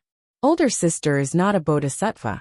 Even if one is so kind that one would want to help, one still need to see if one has the ability. Older sister's today is Consort Rue's tomorrow." Finishing, it was as if she had gotten back her previous position, as she proudly raised her head and left with the maids. The gentle smile on Empress Xianda's lips gradually sank, and a trace of worry flashed in her eyes. In the carriage, Shen Miao asked, "What did the emperor talk to you about?" "Some trivial matters of the court," Xie Jingxing said. Shen Miao knew that if it was a trivial matter, Emperor Yongle would not specially call Xie Jingxing over to talk. Without thinking, she could guess that it must be related to her. Today Emperor Yongle's attitude had already explained that he did not like Shen Miao, and did not like Xie Jingxing to value Shen Miao. Perhaps it was because Shen Miao's identity was too sensitive, or perhaps Emperor Yongle had a better choice. Seeing that Shen Miao did not speak, Xie Jingxing turned his head and pinched her face. "But today you made me look at you in a different light. It seems that one had not seen such a fierce look for a long time." "Fierce?" Shen Miao asked in reply. "Otherwise," Xie Jingxing sighed and said as if he was reminiscing. "At the beginning in Mingqi, when I saw you in Wulong Temple, I thought that the young lady of the Shen family was really fierce. One do not know which young master would be unlucky to marry such a tigress back." Shen Miao looked at him calmly. "Do you want to quarrel?" Xie Jingxing's lips curled up as he said, "That's right. This is how my Xie family should be." Shen Miao was interrupted by him, and the displeasure that Xie Jingxing concealed from Emperor Yongli's words disappeared. She said, "It is fine if you do not tell me what the emperor told you. But what kind of person is Jing Fei? His Majesty seems to dote on her a lot. But," she deliberated over her words, "I don't see anything special about her." Xie Jingxing almost laughed out. Previously Consort Jing said that Shen Miao did not look special, and now she returned it back in its original form. She really held a grudge. He said, Consort Jing is General Lu's eldest daughter. General Lu is equivalent to your Shen family's position in Mingqi. Shen family Shen is to the Shen to 1. To Liang Shaoxing Shen, I Liang the Fei Ming the Ming to the Fei the Ming I the Xing the King. To each 2 Shen to Wei. 2. Liang is to is. The is. Liang is to. When Xie Jingxing spoke to hear, a trace of coldness flashed in his eyes. Looking at Fei Jing's attitude in the inner palace, one would know what kind of attitude the Lu family has in Long Yi.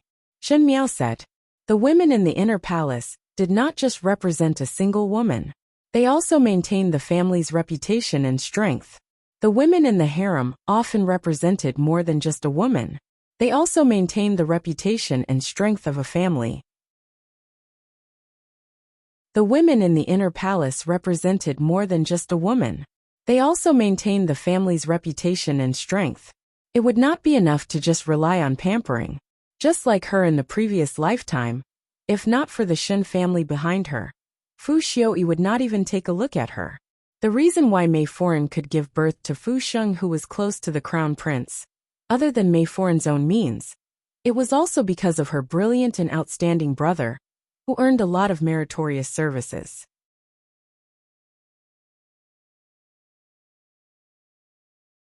Chapter 892. Thinking of Mei Foran, Shen Miao was suddenly startled. In the previous lifetime, Mei Foran appeared after Fu Xiuyi ascended the throne a few years later, when she went to the Qin country. In this lifetime, one did not know if Fu Xiuyi would go on an expedition to the east, but Shen Miao had already come to the Great Liang. Would Mei Foran still appear? Xie Jingxing did not notice that Shen Miao was distracted and praised. Not bad. Jing Fei is arrogant, and the Lu family is arrogant. Imperial Xiong has the intention to suppress them, but he has to take it slow. Is there no checks and balances? Shen Miao asked. Xie Jingxing shook his head. The Lu family is the late emperor's people. The remaining people of the late emperor have already been cleaned up by imperial older brother. Other than these 2 families, there was also the military general Lu family and the civil official Yi family. The Lu and Yi families had deep foundations and many henchmen. If they were to be uprooted, it would only hurt the royal family's foundation. Imperial brother, you can't be too hasty. They also know this, which is why they dare to be so fearless. Shen Miao frowned. Xie Jingxing and Emperor Yonglu were biological brothers, and the late emperor was their biological father. Why did Xie Jingxing call him late emperor and not imperial father? Moreover, like what Xie Jingxing said, the Lu and Yi families were the people of the late emperor. Even though it was a change of ruler and a change of courtiers, but Emperor Yonglu was the legitimate successor to the throne, and these 2 generations of elders should do their best to support him. Why was it that the Lu and Yi families were so ambitious, and Emperor Yonglu had the intention to suppress them? Could it be that the late emperor was unwilling to see Emperor Yonglu rule the country? Or did the Lu and Yi families become disloyal after the death of the late emperor? Shen Miao was sensitive to some secret matters. Suddenly he felt that it was somewhat ridiculous. In Mingqi, the Shen and Xie families were honest and dutiful, but the imperial family was suspicious, and even if the Shen and Xie families did not have any daughters in the palace, the imperial family still tried their best to suppress them. When they arrived at Great Liang, the situation was completely reversed. The treacherous officials were arrogant, but the imperial family had no choice but to compromise and slowly plan. Which family does the Empress belong to? Shen Miao asked. It is the Ke family, Xie Jingxing said. The Ke family is a historian. Shen Miao was surprised for a moment. Official historian. Official historian has light authority and no real power. The emperor is willing to marry official historian's family's young lady, and even made her the empress. It is evident that he loves the empress very much. Xie Jingxing declined to comment. But, she then said, since there is the empress in your heart, why did you allow Jing Fei to be disrespectful to the empress? Since Jing Fei dared to be disrespectful to the empress, it was clear that she was influenced by the emperor. If Emperor Yongle loved the Empress, then because of his love for the Empress, no matter how arrogant Jing Fei was, she wouldn't dare to be disrespectful to the Empress. But since Jing Fei dared to rudely argue with the Empress, she clearly knew that Emperor Yongle wouldn't blame her for this. Since he wasn't willing to marry her for the sake of power, why couldn't he do the simplest thing of protecting her? Xie Jingxing smiled faintly. Imperial older brother and I are different. He then caressed her head. Imperial saw and you are also different. Shen Miao waved his hand away and said, So the fourth young lady of the Lu family is in love with you? Xie Jingxing was startled before smiling. Why are you still jealous? But there is one thing that is very strange. Shen Miao said to herself, if the Lu family want to control the court or show their ambition, they have already sent a daughter into the palace, and the goal has been achieved. So why send another young lady over? Moreover, Shen Miao looked at him. Even if it was sent, why send it to you? You are only Prince Rui, and not the emperor. The daughter of the Lu family would not want to control all the imperial brothers in the palm of her hand, right? She was stunned when she looked up. Xie Jingxing looked at her deeply, and she could not understand the meaning in his eyes. Before she could ask, Xie Jingxing had already pulled her to the front, and his hands were around her waist. He buried his head on Shen Miao's shoulder and half-hugged her.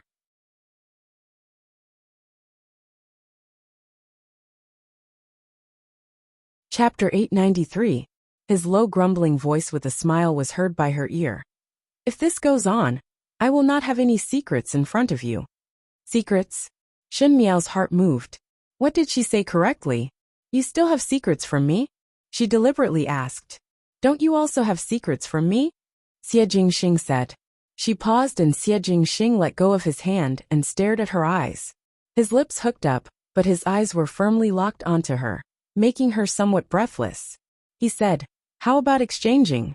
My secret to exchange for your secret? Shen Miao's heart fiercely shook, but she quickly reacted and turned her head away. I do not want to know your secret. Xie Jingxing made an O sound and smiled. Anyway, you have the ability to find it yourself, right? Shen Miao turned her head back and looked at him without saying a word. Xie Jingxing lazily said, My secret, you have the ability to find it yourself. Your secret? Do you think that I do not know? Shen Miao was somewhat flustered in a moment. She had a secret from her previous lifetime, but she did not have the courage to say it to anyone. Even if it was Shen Qiu, Shen Xian or Luo Shui Yan, she still kept silent and did not dare to reveal a trace of it. Not to mention the matter of the strange powers and gods. Others would think that she was crazy. She was only afraid that no one would believe it if she said it, and was even more afraid that others would look at her with a strange gaze. Would they blame her if she was too stupid and cowardly, causing the death of her own children and family? Shen Miao did not dare to try. Then if Xie Jingxing knew that she had married before and became Fu Xiuyi's wife, and had contributed to Fu Xiuyi's empire, how would he look at her? Shen Miao once thought that she did not care how others looked at her. But at this moment she suddenly felt some fear. She did not want Xie Jingxing to look at her like an enemy. Her strange expression was seen by Xie Jingxing. Xie Jingxing's eyes deepened, but he sighed softly and hugged her again. I do not like to be forced. If you do not want others to know, I will not ask. He said, but do not let me wait for too long. After returning to the residence of Prince Rui, Xie Jingxing quickly went out again. He always had a lot of things, so Shen Miao did not question further. Now she was not even clear about the layout of the Great Liang, and after Xie Jingxing explained to her about the Lu and Yi families in the carriage, it made her realize that there was no difference between the Great Liang and Mingqi. Although on the surface, it seemed that the country was prosperous and the people were strong and peaceful, but hidden under the peace, there were probably more undercurrents surging. Because the Great Liang's country was bigger, correspondingly, the ambition of the people below was also bigger. After all, Emperor Yongle and Xie Jingxing's attitude towards their father was also very strange. There seemed to be a lot of origins involved in this. Shen Miao remembered that when she first met Xie Jingxing and Mingqi, Xie Jingxing seemed to be searching for something several times. When she was in the general's mansion, She even happened to see the fire she threw in the ancestral hall. In the secret chamber of Prince Yu residence, Xie Jingxing and Gao Yang seemed to have obtained something. But what was that thing? Shen Miao originally thought that it was the military defense map, but thinking that the military defense map would most likely not be placed in the general's residence and Prince Yu residence's secret chamber. As for what it was, she did not know. As she thought about it, she thought of another matter. Pei Lang followed Xie Jingxing's troops all the way to the Great Liang, and the main reason for him to come to the Great Liang was to avoid Fu Xiuyi's pursuit. Lu Ying was also brought along. Lu Ying was easy to settle, but Pei Lang, even though Pei Lang looked modest, he was actually proud and arrogant. Originally it was because of Lu Ying that he worked for her, but after being suspected by Fu Xiuyi, he risked his life to protect her. This made Shen Miao have no other reason to ask Pei Lang to do anything for her.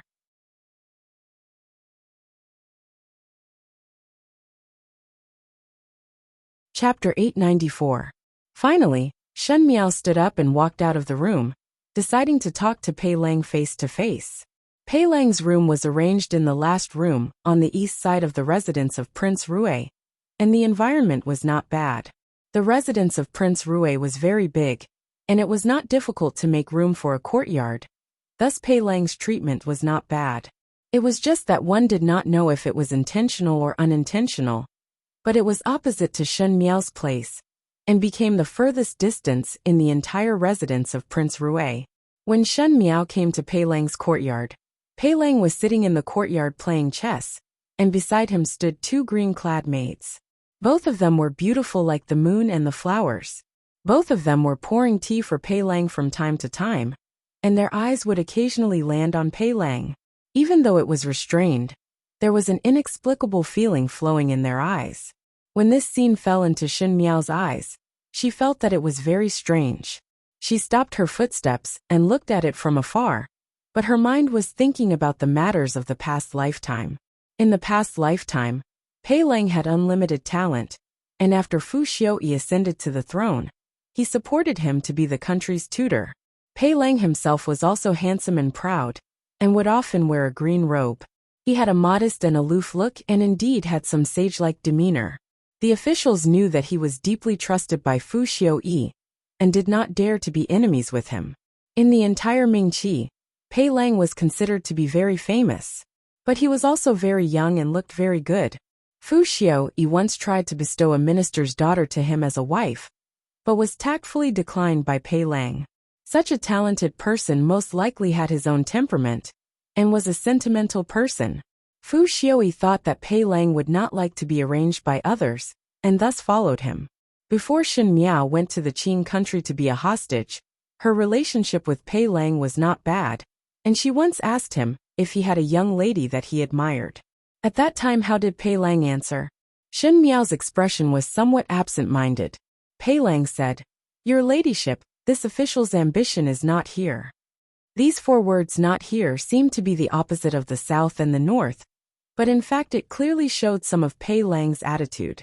Pei Lang's temperament was very rational, so rational that when he helped Fu Xiuyi to make a decision, he would eliminate any possibility of emotions to ensure that there would not be any accidents in the outcome. Speaking of which, until Shen Miao died in the past lifetime, Pei Lang was always alone, and there was no news of any young lady that he admired.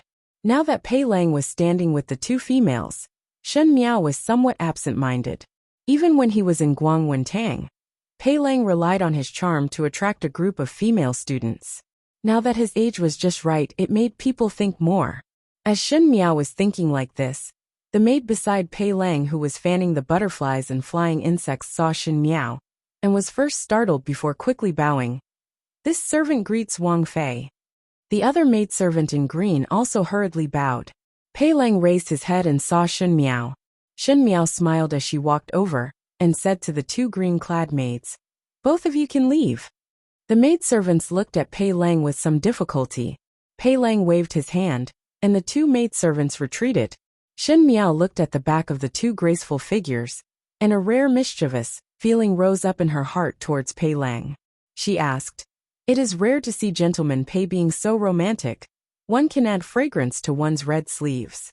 The two maids looked at Pei Lang with unconcealable admiration in their eyes.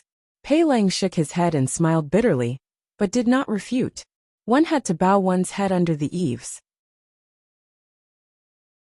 These two maids were sent by the residence of Prince Rue, and if it was in the past, Pei Lang would definitely think of ways to get rid of these undisguised servants, and would not keep them by his side. But this was not Ming Qi, and the other party were not his servants, and he did not know if it was Xie Jingxing's idea. No matter how much he did not like it, Pei Lang could only endure it.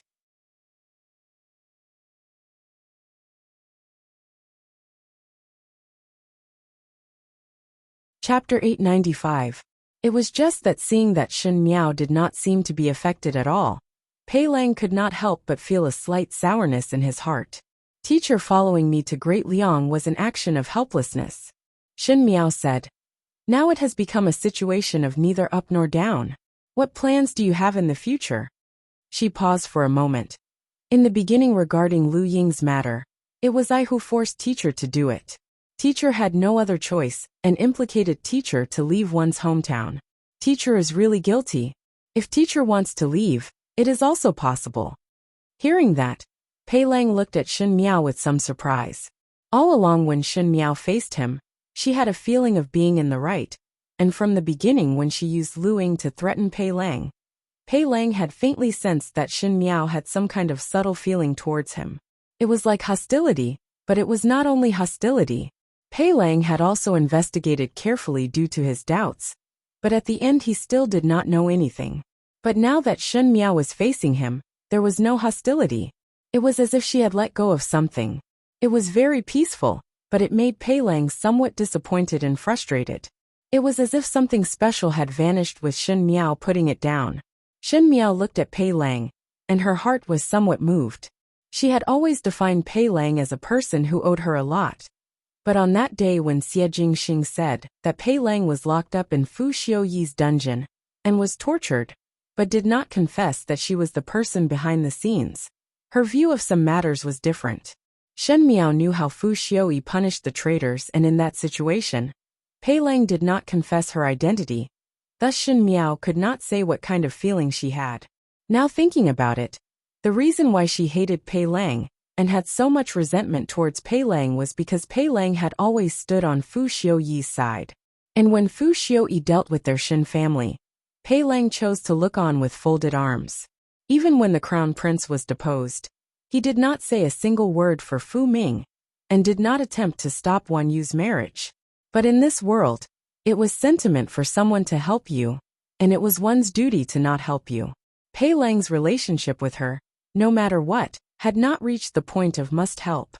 As for this lifetime, Pei Lang was no longer Fu Xiuyi's people, and even became enemies with Fu Xiuyi. So there was no reason for him to seek shelter. Thus there was no need to persevere with those unreconciled feelings. In the end, one had to rely on oneself for revenge. Pure hatred and resentment were of no use. Pei Lang suppressed the disappointment in his heart and said, "What plans do you have for the future?" Shen Miao was startled. Me? Pei Lang's eyes became clear again, as if he had returned to that incomparably vigilant nation tutor. He said, "The location of the residence of Prince Rue seems to not be as invincible as it looks on the surface. I think there are some variables in the Great Liang imperial family." He looked at Shen Miao. "Even if the imperial family of the Great Liang has nothing to do with me, and the residents of Prince Rue also have ways to protect themselves, but your road might not be smooth." Shen Miao frowned slightly. "It's true. Sir, when you talk about this, I can lend you a hand," Pei Lang said. Shen Miao, "Sir? Although I can't be considered a genius, I can still do what I can. Lu Ying and I are currently relying on you to gain a foothold in the Great Liang. Only when you live better, and your footsteps are more stable, would we be able to live better. Even for my own sake, I must help you. I want to stay in the residence of Prince Rue." He paused for a moment. "If I can also participate in the Great Liang's matters, or some of your matters for me to give advice, perhaps it would be better." After being silent for a long time, Shen Miao then said, "Sir Pei, you better think it through. You do not owe me anything, so there is no need to tie your life with mine. There is no need to rely on me. Based on your abilities, you can also live well. Not to mention those excuses, you are not a person who chases after fame and fortune. Pei Lang smiled bitterly in his heart. Shen Miao seemed to understand him very well, even more than he understood himself. Even he himself did not know when he had this inexplicable obsession, but he stubbornly did not want to draw a clear line with her. He said, "My choice is this." Shen Miao took a deep breath, and just as she was about to speak, she saw Jingzhe walking in from outside. One did not know where she took out a beautifully decorated invitation. "Foreign, Kaixia banquet invitation has been sent over, saying that it is Prince Rui's consort. This servant will receive this invitation. Foreign can take a look." Shen Miao just came to the Great Liang, and someone came to send an invitation. This was her first time appearing in the circle of Long Ye's noble furens, so it was obvious that the other party had ulterior motives. She asked, "Who sent the invitation?" "Long Ye's general pavilion. Lu Foreign sent it." Shen Miao's movements paused. The Wen Yi family and the Wu Lu family, the two great aristocratic families of the Great Liang, seemed to have a very subtle relationship with the imperial family. It was indeed an unkind intention.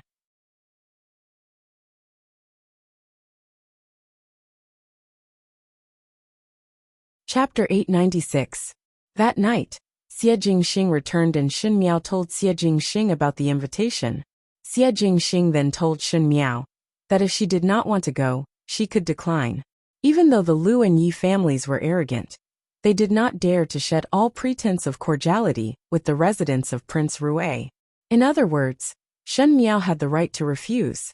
Even though she said it like that, Shen Miao did not want to refuse. Know yourself and know the enemy, and you will be victorious in 100 battles. Currently she knew nothing about the situation of the Great Liang, and could take this opportunity to understand more. Putting aside the Yi family, the Lu family's intentions towards her could be seen clearly from this incident. Xie Jingxing naturally would not stop Shen Miao's decision. After the husband and wife discussed for a while, Shen Miao got someone to reply to the invitation, saying that she would be punctual for the appointment. 2 days later, it was the day of the Caixia banquet. Shen Miao woke up early, and when she was eating, Xie Jingxing was no longer in the residence. It seemed that after returning to the Great Liang, he was very busy every day, and would leave early in the day and return home at night. This imperial city was not as peaceful as it looked on the surface, and Shen Miao deeply agreed. Jingzhe combed Shen Miao's hair. After she came to the residence of Prince Rui, for convenience, she still used her own personal maid. Speaking of which, there were very few women in the prince's fu. Other than the kitchen maids and a few nannies, the rest were all men. Heard from Uncle Tang that after Xie Jingxing returned to the Great Liang 2 years ago, and was conferred the title of Qin Wang, he had caught a few spies dressed as maids in the Qin Wang residence. He probably felt that the more women there were, the more trouble there would be, and the easier it would be for people with bad intentions to take advantage of them. In the end, the entire prince's residence simply stopped adding more women. However, it was precisely because of this that the prince's mansion was like an impenetrable fortress. For so long, the people outside were jealous and envious, but they couldn't find an exit. Guyu said, "This is Foreign's first time attending a banquet in Longyi, so one must dress up beautifully." When others see Foreign like this, they would not say anything more, and Foreign would definitely give our Mingqi face. In Longyi, Xie Jingxing was considered to be very awe-inspiring. When Jingzhe and Guyu went out to buy things, they heard people discussing that it was Shen Miao, who had accumulated good fortune in her previous life, that she was able to marry Prince Rui in this lifetime. Jingzhe and Guyu were extremely unconvinced when they heard it. How was their family's young lady bad? Even in Mingqi's Ding capital, she was one of the top young ladies. Not to mention that she was intelligent, her temperament was also kind, and her bearing was not inferior to a princess. How could it be said that she was climbing up? However, one's mouth could not win against others, so one might as well use facts to slap one's face. Guyu thought that this time when Shen Miao went to shock everyone, those people would no longer make irresponsible remarks.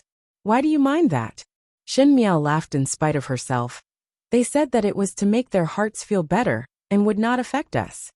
Foreign, what Guyu said is right. Jingzhe was picking hairpins for Shen Miao from the jewelry box as she said, the limelight cannot fall below others. Just as they were speaking, one heard Uncle Tang knocking on the door from outside. Shen Miao motioned for him to come in, and saw a young female following behind Uncle Tang. She looked to be younger than Shen Miao and was slightly plump. Most likely it was because of her young age, but she was extremely likable with a pair of smiling eyes, and her lips were wide open, white and tender.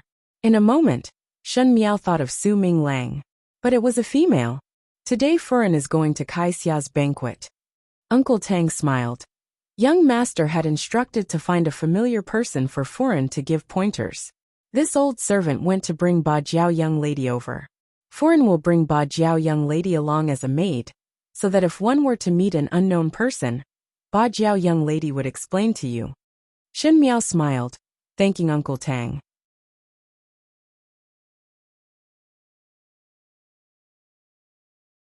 Chapter 897.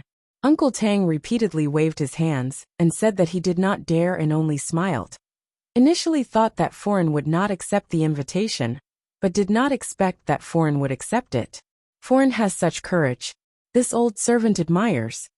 When an ordinary person came to a completely unfamiliar place, their heart would always be a little timid, not to mention an official's young lady.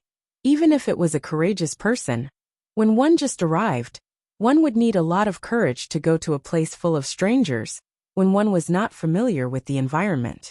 Moreover, one knew that the other party's intention was not good. Just going to eat tea and chat. Shen Miao said lightly. There is no need for courage. Uncle Tang nodded his head. Exactly. Exactly. His gaze towards Shen Miao was more satisfied. He gave a few more instructions before retreating. Shen Miao looked at this octagonal Anise. Octagonal Anise stood upright and looked at her with a smile. This kind of expression was somewhat silly, but made one feel that it was very cute.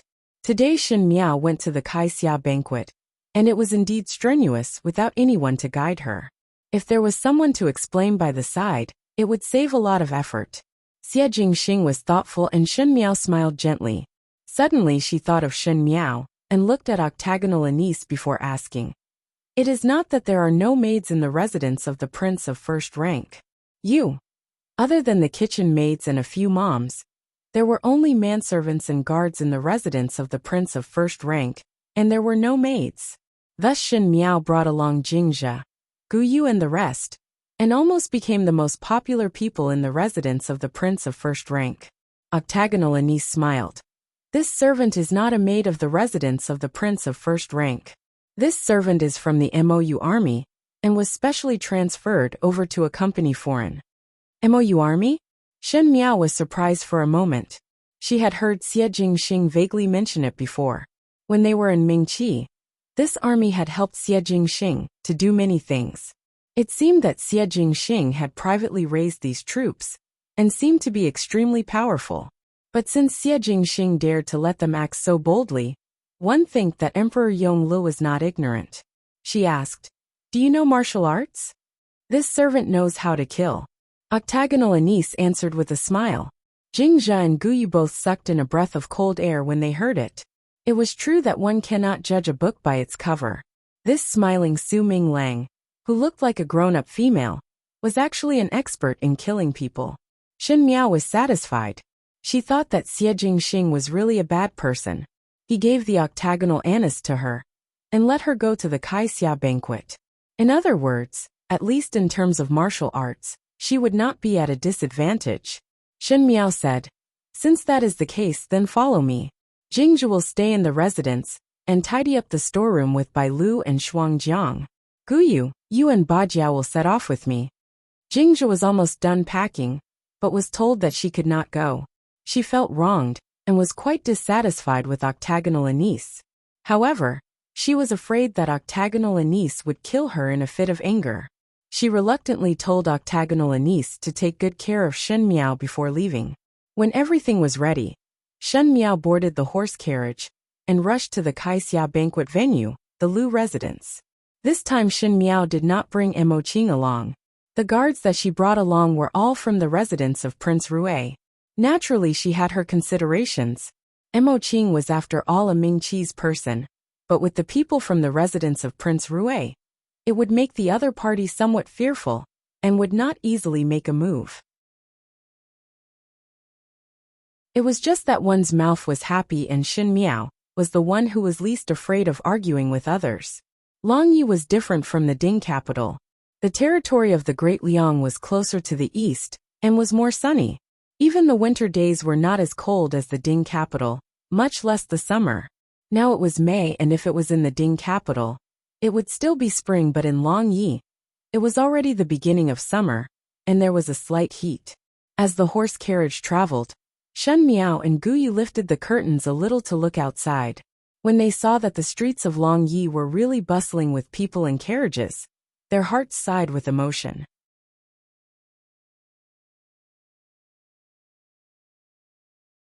Chapter 898.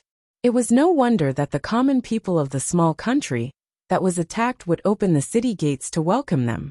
If one could bring good days to the people of the world, then what was the name of the country? To the common people, it was a distant matter. Emperor Yongle was indeed a talent in governing the world. After traveling for almost an hour, the horse carriage finally stopped. Ba Jiao lifted the curtain to take a look and said, "Furen, we have arrived at the Lu residence."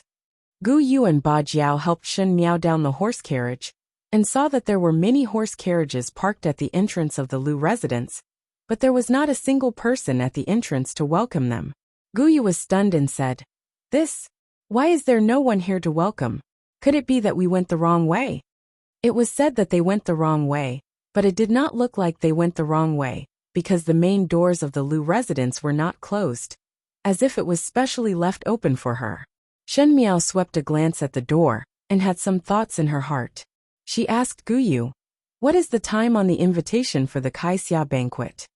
Gu Yu quickly took out the invitation from her sleeves and opened it. "It is the sea hour." "It is not the sea hour yet.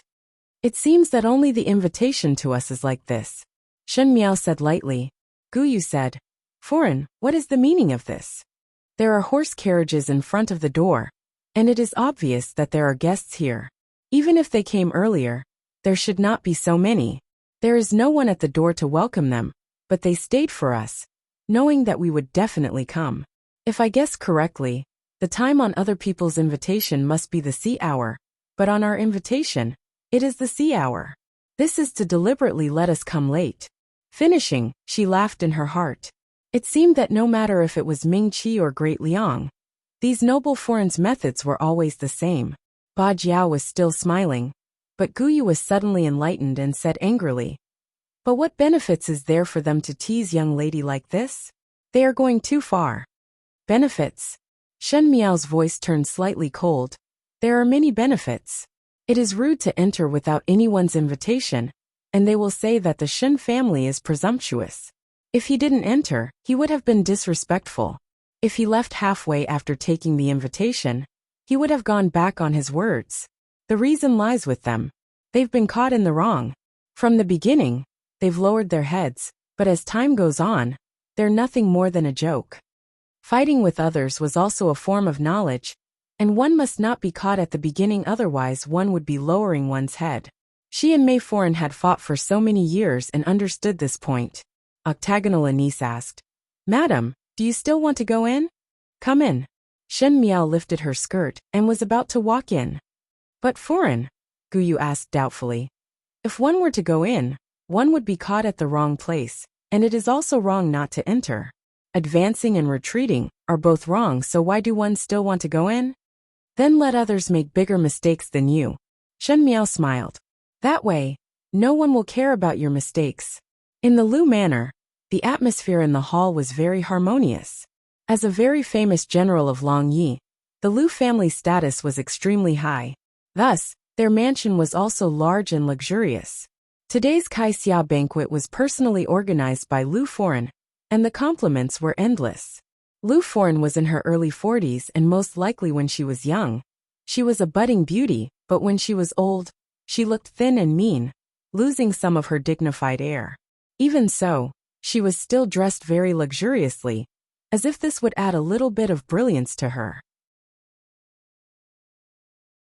It was just that as a female, when one was older, wearing unsuitable bright clothes, not only did it not make her look better, but it would undoubtedly expose the shortcomings of her old age. Lu Foreign is really blessed, a round-faced foreign said with a smile.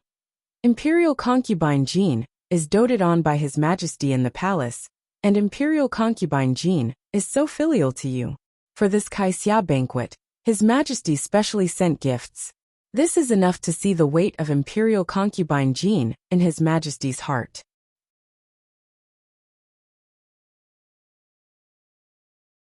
Chapter 899. Lu Foreign's heart was proud, but her face was still modest. It is all because of the Emperor's magnanimity that he took pity on consort Jing, so that our entire family could bask in the light. What is Foreign saying? The other short foreign smiled. Consort Jing has gained favor, and the residence's second young lady has married to a military officer. One heard that she is pregnant with twins. One must let us bask in the good fortune. Lu Foreign shook her head and said with a face of a headache, "Is there not still number 3 and 4th lady? These two are really giving me a headache." The round-faced foreign quickly called out exaggeratedly, "Foreign still has a headache. Third young master is a talented person, and has outstanding martial arts at such a young age. One do not know which young lady would have the good fortune to marry him in the future. As for 4th lady, there is no need to talk about her. She is like an immortal, and is proficient in the 4 arts. Is there a need to worry about this?" Foreign is overpraising. Lu Foreign shook her head and smiled bitterly. "Forget about number 3. It is understandable for males to train for a few years, but 4th lady's marriage cannot be delayed. Now it really gives me a headache. Mother, you are making things up about me in front of other Furens again." A delicate female voice suddenly rang out. Everyone turned around and saw a young girl in the middle of the hall. This girl looked to be about 16 or 17 years old. She was wearing a light purple dress embroidered with butterfly patterns, and 100 birds, and a cherry-colored lotus dress with a simple silk vest. Her hair was in a bun with a butterfly-shaped pearl hairpin. This young female was born to be charming and moving, and in addition to living like a princess, she had the natural brilliance of a rich young lady. With the red hairpin surrounding her, she suddenly looked radiant, as if she was a graceful butterfly fairy in the spring, and was very eye-catching. This was the 4th young lady of the Lu family, consort Jing's 4th younger sister, Lu Wan'er. Lu Foreign touched her head in pain. "How would I dare to make things up about our young lady Wan'er?" Lu Wan'er pursed her lips and no longer spoke. She stood in the hall, and there were other young ladies of official families in the hall, but compared to her they seemed dull. Lu Wan'er's expression was arrogant as she looked around and said, "Why is that Ming Qi's young lady Shen not here?" Her voice was not low, and all the Furens and young ladies in the hall heard it, and started whispering. Lu Wan'er addressed Shen Miao as young lady of the Shen family of Ming Qi, but refused to address her as consort Rue. This explained a lot of problems. In the beginning, everyone said that the 4th young lady of the Lu family was going to marry into the residence of Prince Rue, to be a Qin Wangfei. Lu Wan'er was also very satisfied with Prince Rue, but who knew that Shen Miao would appear out of nowhere? The Lu family was unhappy, and Lu Wan'er was even more unreconciled. Today's Caixia banquet had an ulterior motive. However, most of these madams were just here to watch the show. Perhaps they still wanted to be on good terms with Lu Wan'er. That young lady of the Shen family was in the limelight now, but she had no roots or foundation in Long Yi. Who knew how far she could float? Prince Rue was in the prime of his youth. How long would he spend on a woman? All in all, that young lady of the Shen family did not look like she would have a good ending. Madame Lu said with a smile. Perhaps he was delayed by something on the road. She is really putting on airs, Lu Wan'er said unhappily. The other foreign and young mistresses are all punctual. Only she is late. Are the rules of Mingqi dead?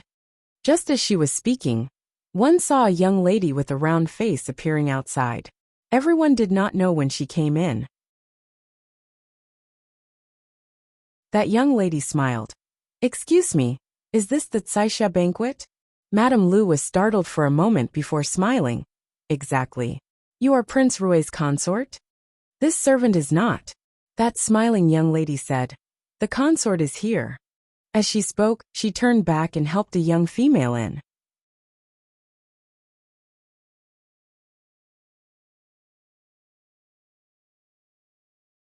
Chapter 900. One did not know if it was because of the round-faced girl's contrast, or because the Rui Wang Fei in everyone's imagination was too unbearable. In short, when that young female walked in, everyone was stunned for a moment. She wore a phoenix tail dress with lotus green butterflies, and a white magnolia robe with purple and tassels in a bun. It could not be said to be very gorgeous, but it was definitely not simple. Long Yi official family's young ladies liked to eat and dress up the most, but her outfit complemented each other and looked very tasteful. On her head was only an embroidered phoenix-shaped hair ornament. It was a neat one, but it made the entire person look luxurious. This young female had crescent moon eyebrows, clear almond eyes, a small and straight nose tip, rosy lips and extremely delicate features. She looked like a very gentle person, but her chin was slightly raised, her back was ramrod straight, and she walked over with a slight smile on her face. Every step she took made people's hearts tremble. Involuntarily, people couldn't help but look up to her, as if she was an unattainable noble. Speaking of which, it was strange that today this Rui Wang Fei and fourth Lu young lady both wore purple dresses. Fourth Lu young lady's purple was light, and Rui Wang Fei's purple was deep. A young female wearing light purple would look gentle and lively, but wearing dark purple would make one feel old and stiff. But today Shen Miao's purple was like it was tailor-made for her. There was a kind of luxurious beauty that could suppress the crowd. In comparison, fourth young Miss Lu's attire was like that of an actress in a proper venue. It was somewhat unpresentable. Lu Wanner had always paid attention to this point on normal days, and had always been used to being the center of attention. She did not expect that the limelight would be snatched by others today, especially when this person was not others, but Shen Miao, who had snatched her position as Rui Wang Fei. Lu Furen's eyes flashed and smiled. Wang Fei has finally arrived. Furens are all waiting for you. Shen Miao smiled gently and said unhurriedly. One did not think that Furens would come so early. That invitation stated the time, and I told His Highness about it. His Highness even let me leave earlier so as to not eat. One did not think that it was still late, and it is my fault. It's all His Highness's fault. He didn't remind me that I should have left earlier. It should have been 7 o'clock would have been the best. Lu Furen's heart jumped as she did not think that Shen Miao would say it out without concealing anything. Sure enough, when the words were said, the surrounding Furens looked at her differently. Shen Miao was after all an outsider. Even though those Furens in Shen Miao and the Lu family were biased towards the Lu family, but to use this kind of childish, clumsy trick was always a little ridiculous in the eyes of others. Lu Furen was also somewhat regretful. She originally wanted to give Shen Miao a show of strength, but she would not do anything to the invitation. But since Lu Wanner insisted on doing so, she could only do as she was told. Now when Shen Miao's words fell into other people's ears, they understood that these Furens' invitations were not written at the same time. Looking at the Lu family's eyes, it was always a little funny. If Shen Miao were to return and speak of this matter to Prince Rui, with Prince Rui being such an astute person, how would he not understand once he heard it? If he was dissatisfied with the Lu family because of this, Lu Furen would feel that this move was not good. Lu Wanner, however, could not see Shen Miao doing well and sized Shen Miao up before saying, "Why did Qin Wang Fei not send anyone to inform and come in yourself? Don't say that we are neglectful. It was actually somewhat impolite to enter the residence without even someone to inform." Shen Miao looked at Lu Wanner and smiled. This is exactly what I wanted to say. If your residence does not have enough manpower, there is actually no need to be so forceful. Such a big residence, but there are no guards at the door. It is really somewhat dangerous. She smiled gently. I let the guards of the Prince of First Rank's residence guard the door, so that there would not be strange people who would take advantage of the loopholes to enter. You're tuning in to the Dreamy Chapters YouTube channel. We're so grateful for your support. And don't forget to subscribe to join us on this incredible journey through captivating stories. Your generosity through donations truly makes a world of difference, as it's the primary source of revenue that allows me to expand and enhance this channel for you. Thank you from the bottom of my heart for being a part of this adventure.